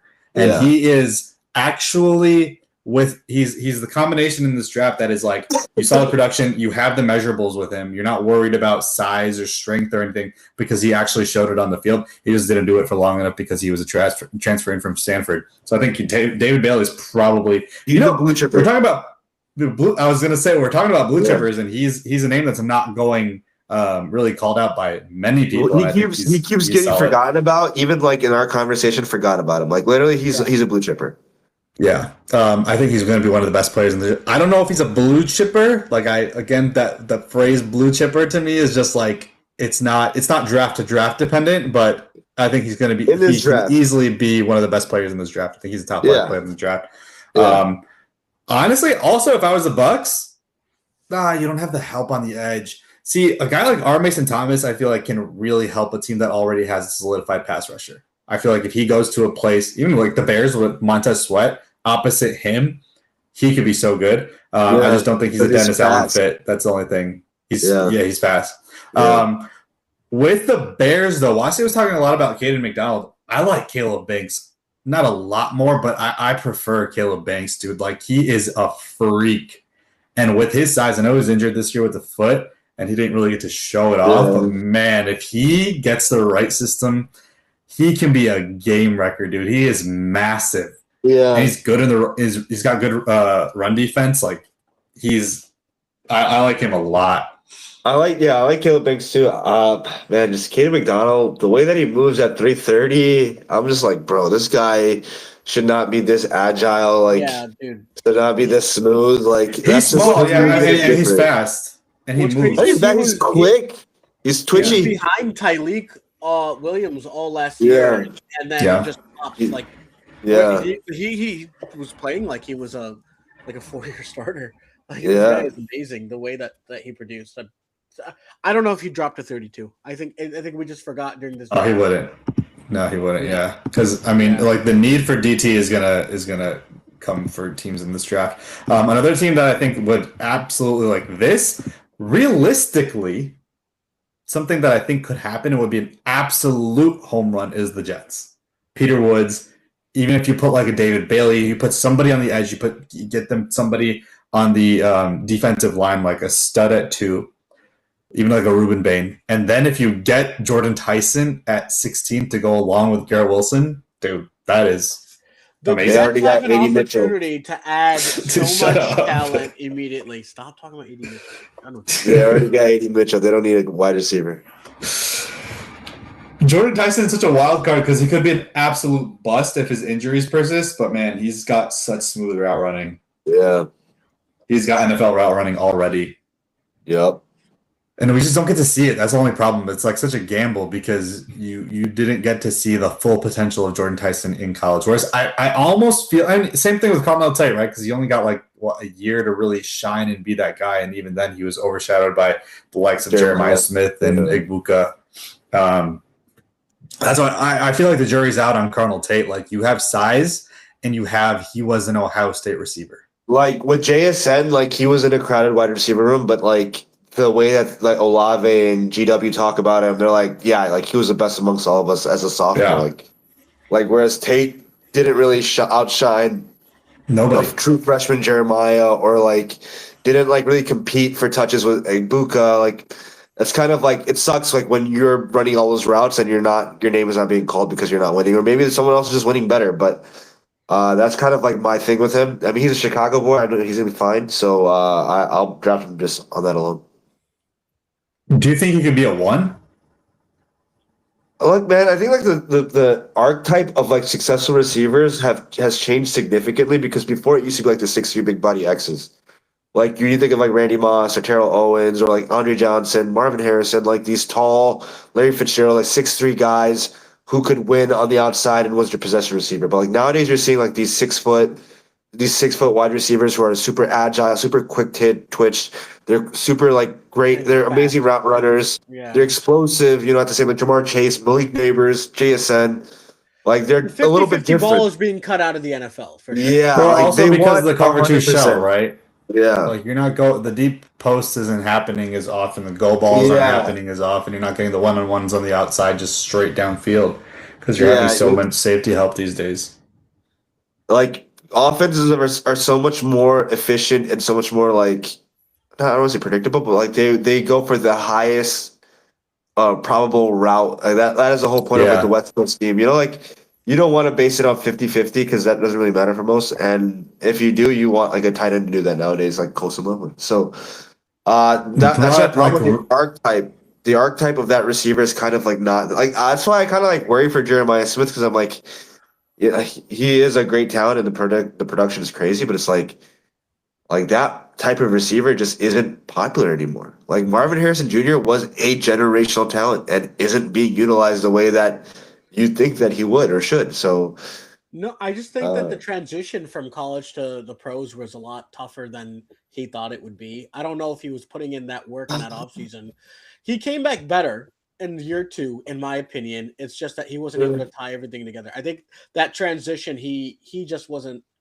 Like him in Rome, like the jury still out on them. Like you know, Malik Neighbors and McConkey, I would say, are like, you know, similar types of receivers, explosive, quick pitching guys. Like when people talk about McConkey, like McConkey should not be mentioned the same breath. No, but I'm just talking about like production and like, you know, the type of receiver. Because he was hyper talented. I mean, hyper talented, hyper targeted. Like but you got to get open in the league. You know, like slot receiver is like the receiver who could just work out of the slot and get open and then catch whatever's right in front of them. That's all of them. Yeah, but if you're talking about physicality, if you're talking about 50-50, I'm talking about that. He's just not in that same conversation, which Marvin Harrison Jr. can still be. Yeah. Could. I feel like he has to pick between one or the other, though. I don't like Jamar is a rare example of having both the ability to be a red zone threat, go ball threat, 50-50 ball, while Yeah, he's also handling the slot, like obviously. But I don't think it's dead. I don't think that transition is fully complete because you see a guy like Devontae Adams who has primarily been like a 50-50 ball or a red zone threat, and he does all of his work in the slot though, man. No, I mean he had so much red zone efficiency on the outside this year. Yeah, but that's him getting open. Like that's not just him being a 50-50 ball. He's just so good off the line too. Yeah, he's so nasty. His experience, his presence is a different ball game. Yeah, he's just got every sort of like mental trait down as a receiver. He beats you before he even takes off. Like think about who the best prototypical X receiver in the league is right now. It's Nico Collins. Nico or AJ Brown. Yeah. Even AJ Brown is like 6'1", you know, like he's not like a big body dude. Like he wins off man coverage, but he still can work out of the slot. You know, he's so agile and nimble enough to do that. But like your X receiver that lines up like farthest away from the line of scrimmage, that's like not really existent anymore because these not like primarily condensed that, you know, like everyone's very close to the offensive line. Nowadays, like everyone's like basically a game. It's about being efficient. Yeah. So it's different. And I think that wide receiver is just being phased out. Oh, Mike Evans, Nico, and AJ Brown, and then there's nobody else really. Yeah. Like who is the big body wide receiver anymore? It's not a lot of folks. So yeah, but I digress. That's wild, yeah. I'm going to talk about the Lions here. Caden Proctor, it was one of those picks where I love the prospect in what he can provide that other tackles can't. It is that size. He's like 6'7", 360, something like that. With that, and he can move. Footwork. And he can move. Yeah, he's got poor footwork, but he's a great run blocker. And he relies heavily on his size to beat people. So I mean, like the upside is there, but then that's rich for 17. For the Lions, like you have two clear options that you're going to take. It's an edge defender or it's a tackle. And I think that Francis Moiga, I don't even know how to pronounce his name, is going to be getting Dunker instead, or Monroe Freeling, or whatever his name is. I think those are probably better prospects than Caden Proctor, to be honest with you. No, but I mean, for what the Lions need, I think they need a guy that can move. You can put Proctor on the inside too, because he's got small hands. Yeah, I mean, and honestly, that's where I think like he would be best as a guard because his feet are freaking sloppy. But if you put him at guard, you put 6'7", over 300 pounds at guard. That's a terrible. Mauler in the run game. No, because like think about what a guard's job is to do is to create the pocket, right? And like the reason why guards are generally shorter, like the max you'll see is like 6'5", really. Like you don't like seeing taller interior linemen because like. One, they're more of a leverage playing position, and then like when the quarterback is like in his pocket, and your head is like up, you can easily like throw the ball. Like for instance, like Theo Benedict should be a guard because his arms are so short, but he's 6'7", and Caleb has that tendency to throw it into someone's head. You know, like so. Imagine Kyler Murray throwing behind. That'd be terrible. Have you seen the stats on Murray that Murray just doesn't target the middle of the field? like over the last 3 years, it's just not same with Jalen Hurts. It's the least amount. Well, Jalen Hurts got a different problem. Yeah, Kyler's got a sight issue. He can't even see. One pick that actually I've grown over the last. I mean, diving into the film literally 3 days ago. Vega Ione from Penn State, dude, he's a baller. I don't think he's allowed a sack in 3 seasons. Damn. Oh, yeah. He's a baller. I feel like that for the Chargers is like a shoot. Like if you need a guard, he's the best guard. Yeah, like pure guard. I think that if that's the case, he might not even make it because if he's like the only the best guard in the draft, where it seems like I think he might he's gonna take a guard in the top 15.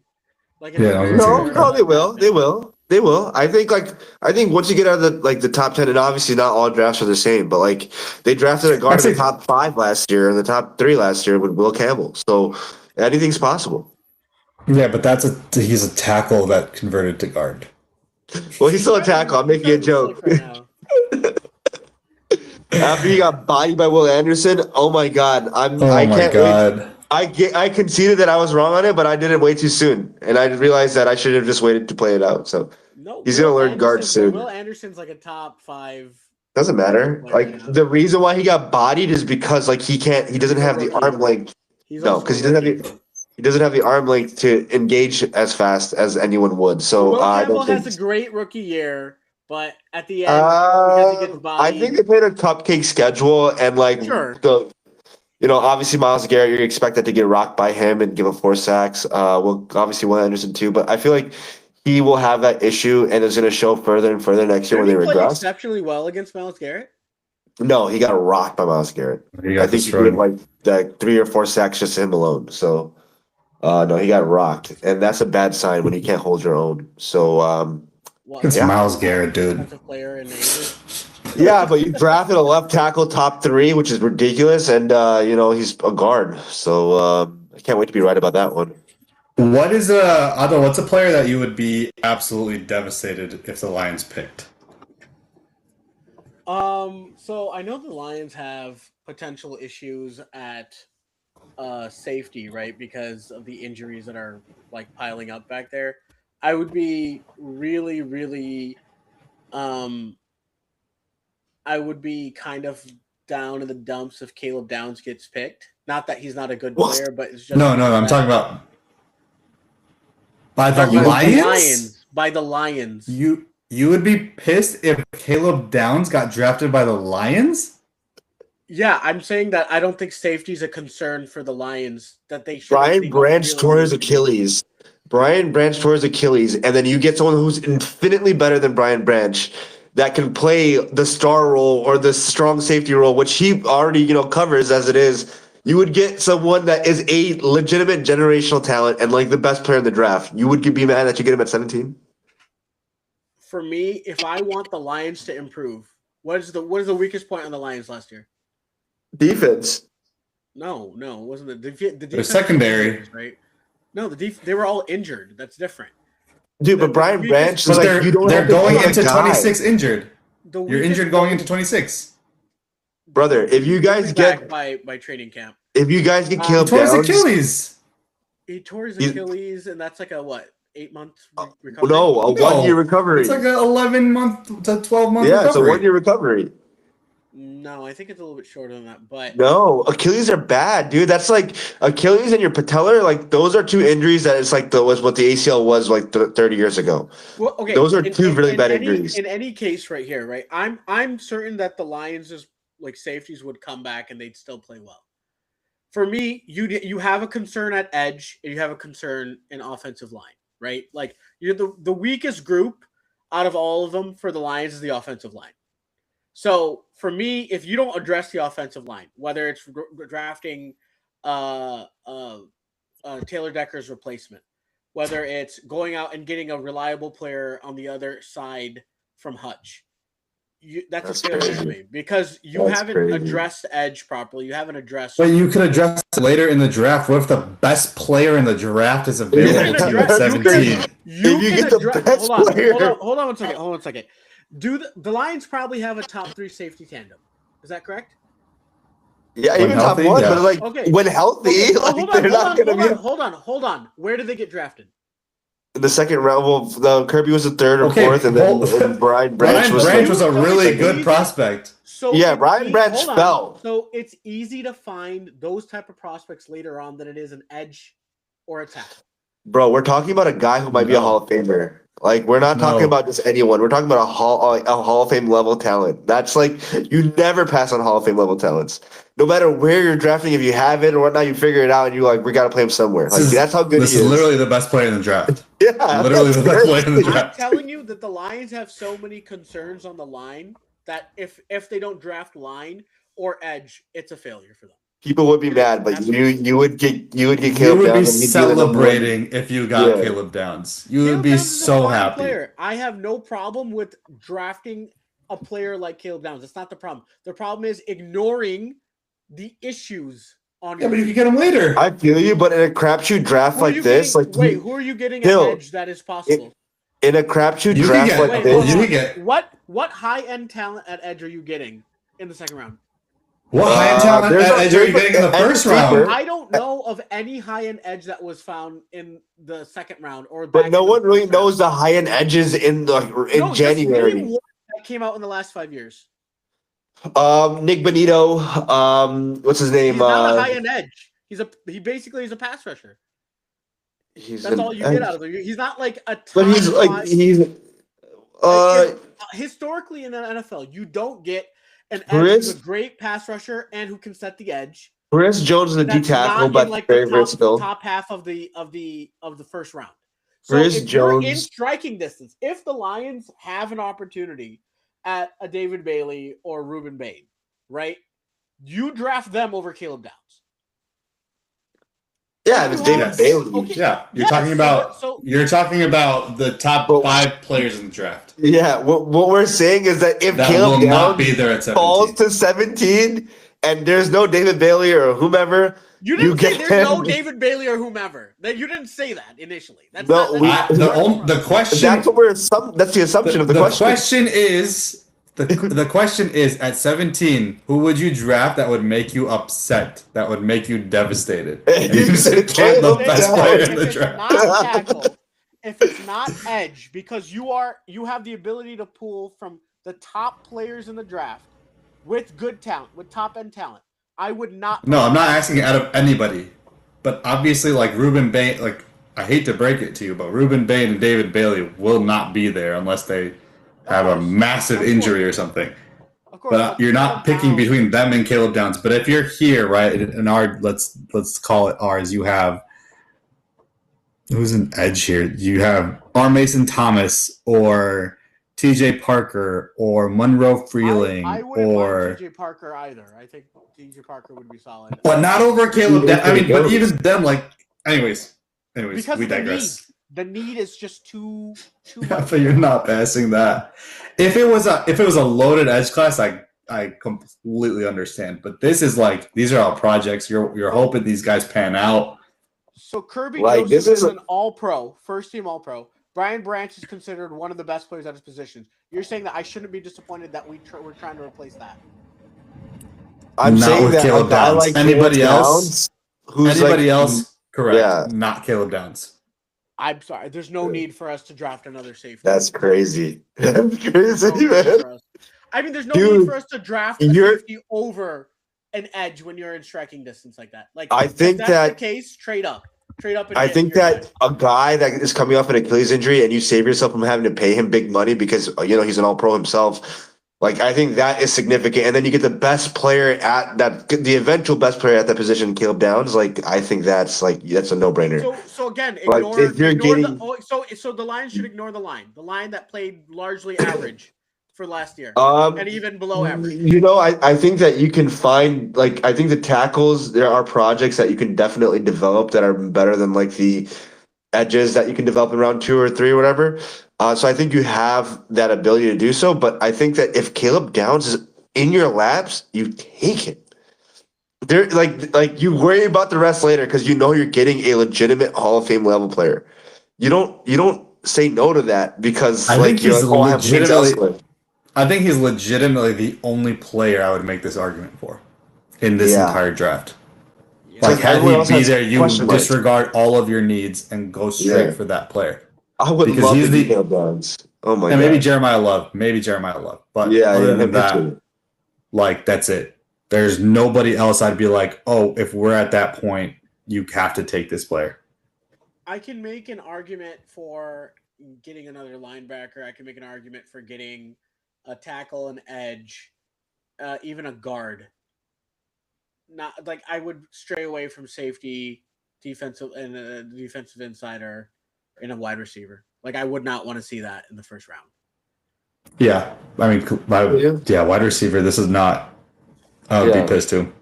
I think for the Bears, even corner. But yeah, go ahead with the Bears. I'm trying to think of. I don't think there's an answer. Yeah, I don't think there's an answer. The Bears could not miss. Defensively, getting a Caden McDonald, getting a TJ Parker, getting a linebacker. Even if you were to go tackle, get a Lomu or with Ozzy Trapillo's injury, I would not hate it. I don't think there is a single, if Vega was there and you were like, oh, I can push out Tooney to the left tackle and I just need a left guard, boom, take Vega. I don't think you want to do that with Tooney because you don't want to, but what I'm saying is if that's the plan they go for, I don't think it's terrible. If you get a chance at Isaiah World in the second round or the third round, I think that's a solid pickup. And then you also have Connor Amagaji that hasn't played much or has been injured often. I think I kick the tires on him too just to see how he is because I still think there's a lot of talent over there. I just feel like he dropped so much. He was supposed to be end of first round basically is what he was being mocked to last year. Yeah, Isaiah World, yeah. So if you get him in the mid on day 2, I think it's absolutely the best case scenario, and it's absolutely a win too. On top of that, even a Thieneman, his teammate. Yeah, I like him a lot. He's a strong safety, but he's a second round pick guy for me. He's not like a Lee Hunt. No, yeah. Oh, you're talking about Isaiah World in the first round? No. I'm talking about day 2, day 3. Oh yeah. I just don't. I think this is a wide open draft for the Bears. I think this is more of a wide open draft as they've had in quite some time. I can't remember the last time it was the needs are defense and you just attack the defense. I only think we have. There's need, but the thing is, there's need on the offensive side of the ball too. I would go for tackle, wide receiver, and a running back. Those are also on the. We need one archetype of receiver, and there are maybe 2 or 3 players in this draft that fit that archetype. Yeah. And I don't even think Zach Branch is fast. I don't think he is the type of receiver that can stretch the defense and take you over the top. Yep. We gotta see. I mean, we're so far away from actual rankings because of we haven't seen the combine, we haven't seen the Senior Bowl. The East West Shrine game, for lately has been getting great prospects. Yeah. So I'm excited to see that because before that's throwaway college all-star game, but that one's solid. Senior Bowl is pretty solid. They got Bain, they got I don't know if Moten has declared yet, but they have a lot of folks that are joining that that roster. So I'm excited to see that. And then obviously the combine. I love the combine, and then we'll get a better idea. Yeah. All right. Well, that is just about it for the show. We covered a lot today, and a lot's going to change. So I like that we got our thoughts on paper for where we're starting, and I wonder where we're going to end up because it could be just the complete opposite, drastically different. Yeah. But we'll see how it goes. Different. We were projecting for coaches that weren't there, coaches that were there, what they're. Yeah. We haven't even gotten to. Yeah. Last thing before we wrap up. So we have what? Oh no, it's not this. Well, we have a couple open positions still. Primarily the Bills and the Ravens. Who do you guys think takes those jobs? I think you're going to wait for the Super Bowl winner for those jobs to get filled. I think Kubiak might be one of them. I think he might go to Buffalo. Who's the guy from the Rams? Chris Shula. I think Shula's going to be a guy, but don't they have a Pittsburgh? Shawhees or something like that. One of their Nate Shawhees or whatever. He's the offensive coordinator or the passing coordinator. He's going to be coordinator for the Rams. Yeah, I think he'll get one of the jobs. I don't know that he'll get as a head coach. You think he goes Buffalo? You think Buffalo goes offense? I think Buffalo goes Kubiak if they get anybody. Yeah, I think he'll go. I think Kubiak will end up in Buffalo because Buffalo has 3 good tight ends. They got Knox, they got Dalton Kincaid, and they got the Jackson Haas guys, who's pretty solid too. So his 3 tight end sets that he does a lot in Seattle. I think that he's going to want to run that in Buffalo. It's really weird, a connection to make, but that's just what I thought. That's why it made sense to me. And I think the Ravens will hire Jesse Minter. I mean, the smoke is there. Yeah. The fire is probably there. I don't think they want anything too different. I think they just want a updated version of what they had, and they like the continuity. Yeah. Jesse Minter. What? What if he makes a call to the local Ann Arbor prison and gets his boy Sharon Moore to come over and be an offensive coordinator? No, not the offensive coordinator, probably the O-line coach. It could happen.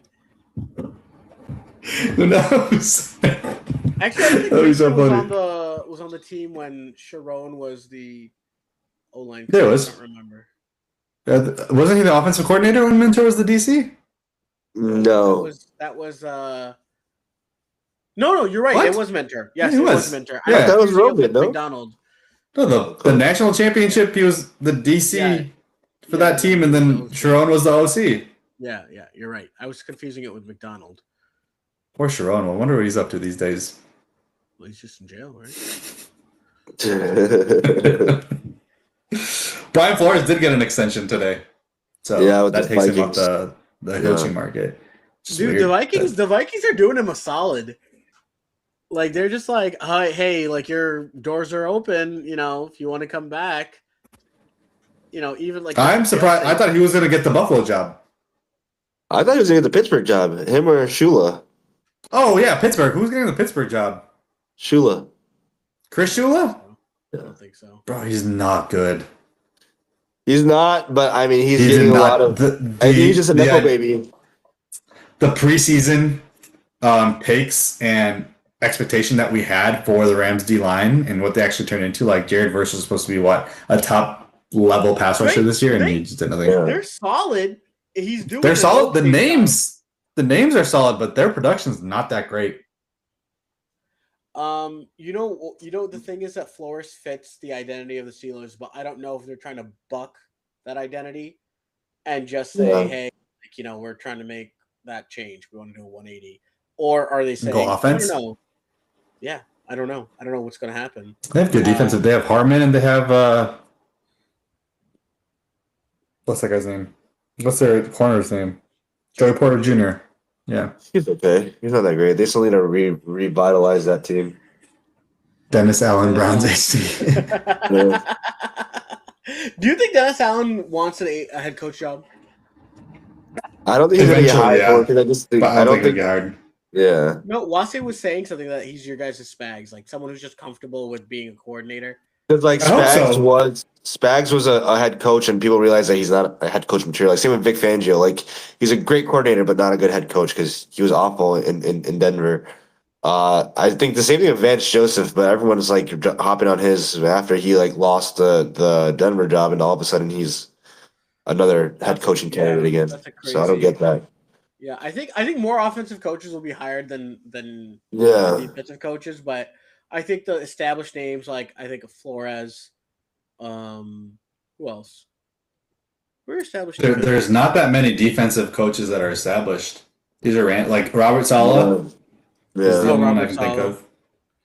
He got his halfway getting a job is pretty surprising to me, like this early, but he did decent with the defense. Yeah. Like his defense was really good before this year, and they just relied too much on Micah. Chris Shula, Jesse Minter. Oh, Sean McDermott too. What are we talking about? We haven't even. Yeah.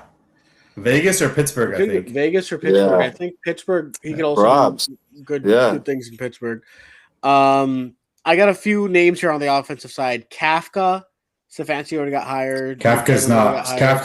Kafka's out of favor for some reason because he should have been elevated to the Chiefs OC, and he wasn't. Yeah, and EB wasn't said. I was shocked about that one. Yeah, I think there's more comfortability with EB and Andy Reid. That's why. I think. And then Matt Nagy's not going to get a job, so he just got ousted. Is that what happened? Yeah, because they didn't renew his contract. That the reason, like, why they didn't he was out there already as it was because he wasn't getting his contract renewed. It's like a Flus and Indy situation, but except Flus got hired as a head coach of Chicago. Yeah. Joe Brady, Mike McCarthy. We're forgetting about Mike McCarthy. I think Mike McCarthy could. Mike should go to freaking Vegas and build that program. Vegas could work. Yeah. Really. I feel like Nagy could be a stopgap head coach in Cleveland. He should, because they're interviewing him. Yeah. Yeah. Brian Dable, Jake Peets, Nate Scheelhaas, Arthur Smith, Joe Brady, Matt Nagy, Greg Roman is being. I'm sorry. Greg Roman was the Chargers OC. Greg Roman was the Chargers OC. Todd Monken is the one who's going to the Ravens. I think we'd mentioned Greg Roman instead of Todd Monken. Todd Monken is the one who's going to Baltimore, not to Baltimore, to New York, not Greg Roman. Oh, really? Are you sure? Yeah, Todd Monken's going to Baltimore. Oh, solid. That's good. Because I was like, No, why you're is talking Greg about Roman going there? Todd Monken's going to New York. New York as the OC. That's what I meant to say. Solid. Not, it Are was you not Greg sure? Roman. We were saying Greg Roman. It wasn't. I think it's Todd Monken. And then you got Clint Kubiak, McDaniel, Stefanski, Kafka, and Stefanski and McDaniel. I thought Greg Roman was going. I guess not. Damn. Because Todd Monken's the one that was with the Bucks too, right? Monken I was thought he was everywhere. with I the think Bucks. wasn't Monken also in? Oh no, Monken's interviewing with the Browns for the head coaching job. Okay. All right. He's a logical candidate for Harbaugh, but he's still interviewing for an AC job, so maybe he'll be if he doesn't get it. Same thing with Dable. I think one of the biggest misses is teams that are not elevating their internal staff for their lame duck head coach. And that's a trend that's kind of like proving to be a big missed opportunity. You have guys like Todd Bowles, who they should have hired Liam Cohen and got rid of Todd Bowles. Who was the other one? Damn,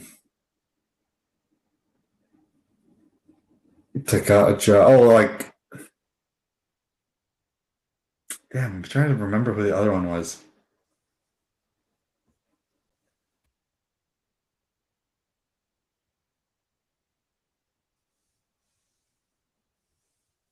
Can't remember.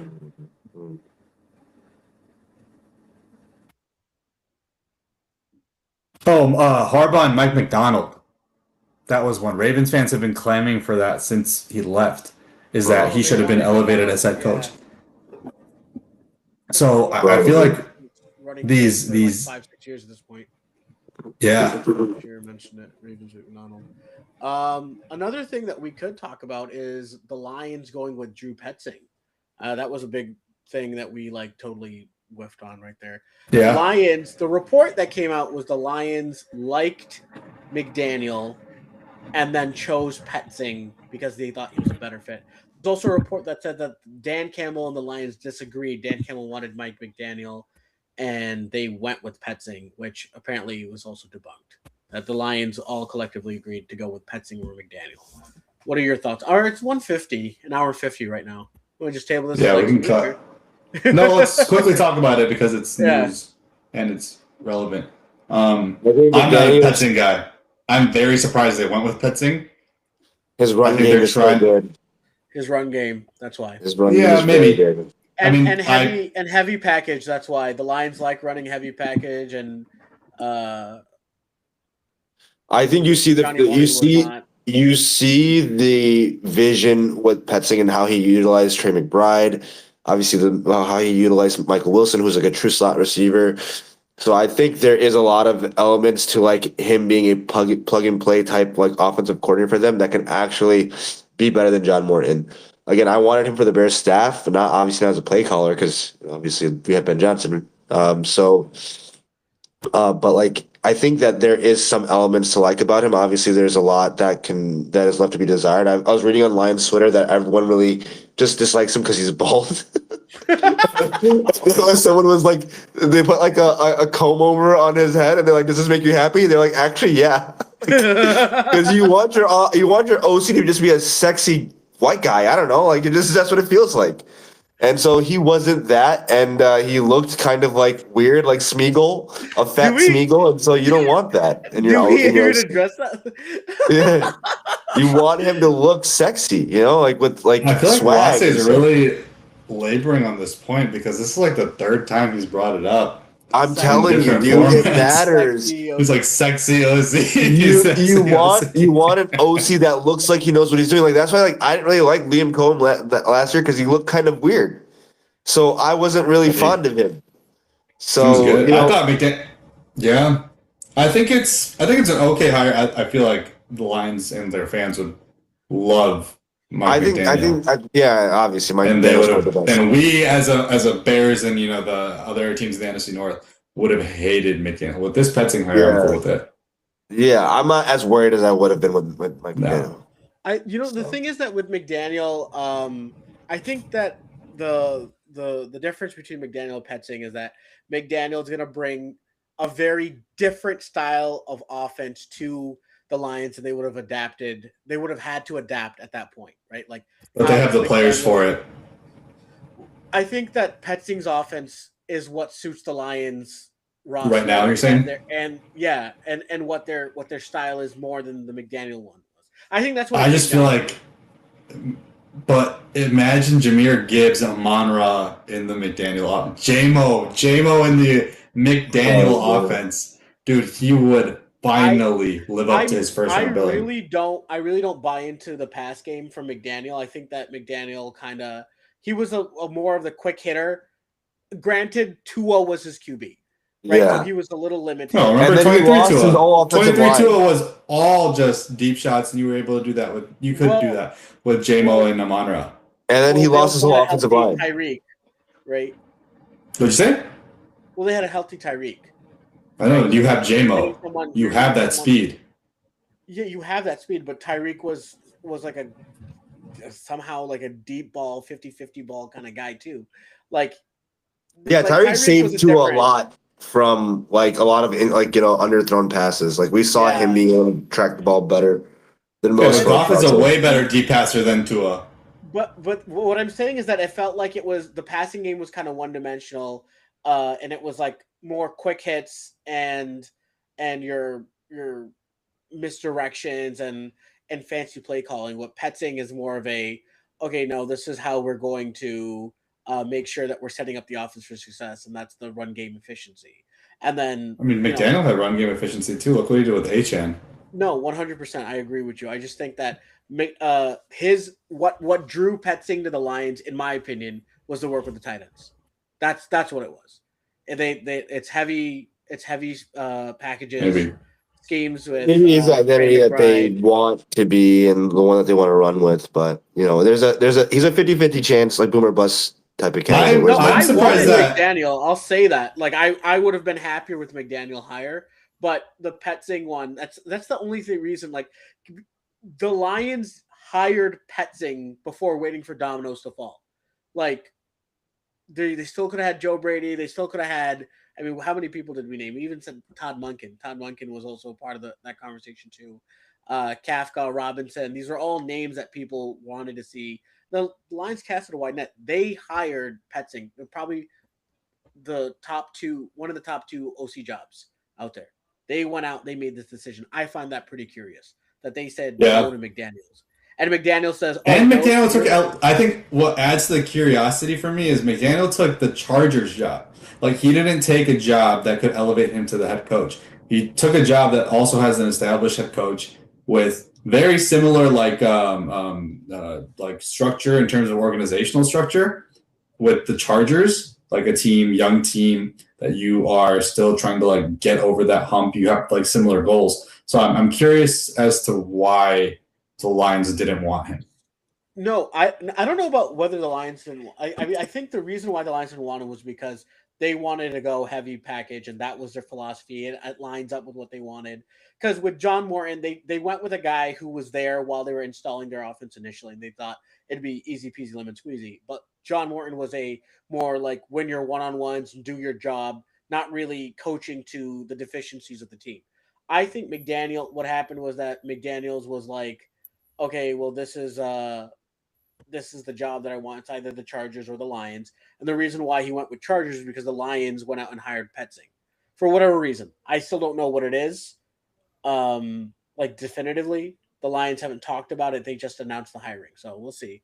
It was pretty telling that McDaniels foregoed options at head coach because he probably could have been hired in Cleveland. He probably could have been hired in Baltimore. Like there's no pieces there for him. Like the Lions because of the OC jobs, the Lions, you have Herbert with the Chargers, but like you would have to revamp that receiver core to fit McDaniel. The Eagles is like, you would think the Eagles is like a shoe-in, like attractive job. Nobody wants the Eagles. Nobody wants the Eagles job. Yeah. And it's got to be Hurts, right? It can't be anything other than Hurts and aging Saquon. AJ Brown wants out, and then Sirianni. Yeah. That actually is terrible. That is not. Yeah. There's a report that said that the reason why is because the OC is not going to have any control. They're just going to be coming into play call, and they're not going to be able to impart their own identity onto the offense.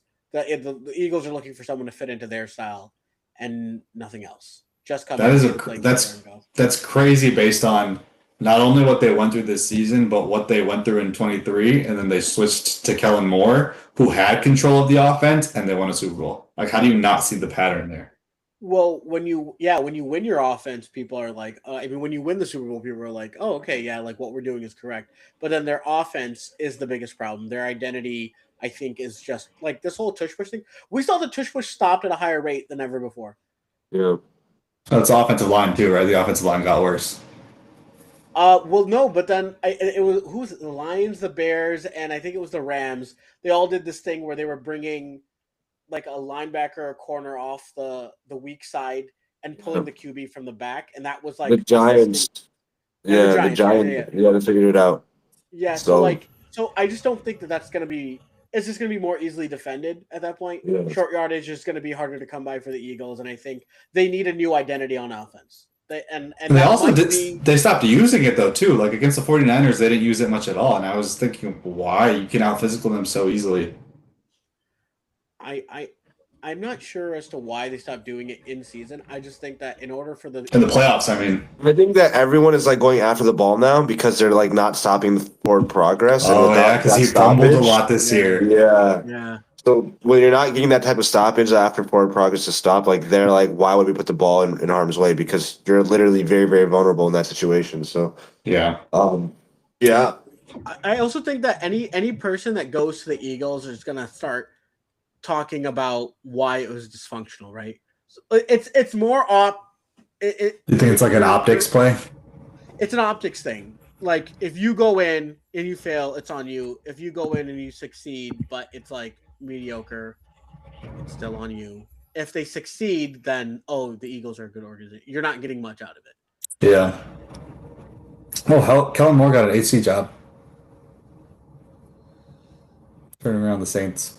Kellen Moore went Dallas, then Philly. LA, Philly, and then head coach, right? He got a job, yeah. They really didn't want to hire him as a head coach. That's crazy. Yeah. He got a lot of interviews after Dallas because that was the year that Dak went off, right? That was the Dak. That was a possible MVP season, yeah. Yeah. And then he went to LA, and then that was whatever. But yeah. All right. Well, good show. We will have the Super Bowl preview probably next week after seeing what happens with the championship games. And then we'll dive into more of kind of like a season recap. We'll do a bid the season goodbye based on our expectations coming into the season for both the Lions and the Bears and what we think came out of the season and what there is to improve on next season. So we'll do a full season recap for both of our teams on the next episode. And yeah, we'll one thing before we cut. Yep. I just saw a like a tweet. Harbaugh met with the Giants defensive staff and told them that he wasn't retaining them. That's normal. That happens often. I mean, that happens pretty they're often. good this year, though, right? Ravens 2.0, I think, loading. Yeah, but like if you think about it, after Flus's class, I mean, like or his staff, like they got rid of everyone for DA staff. Like, yeah, it's common. Yeah. That's like not only the crazy. Well, that's because they didn't have any HR issues. Yeah. All right, guys. All right. See you next week. See you guys.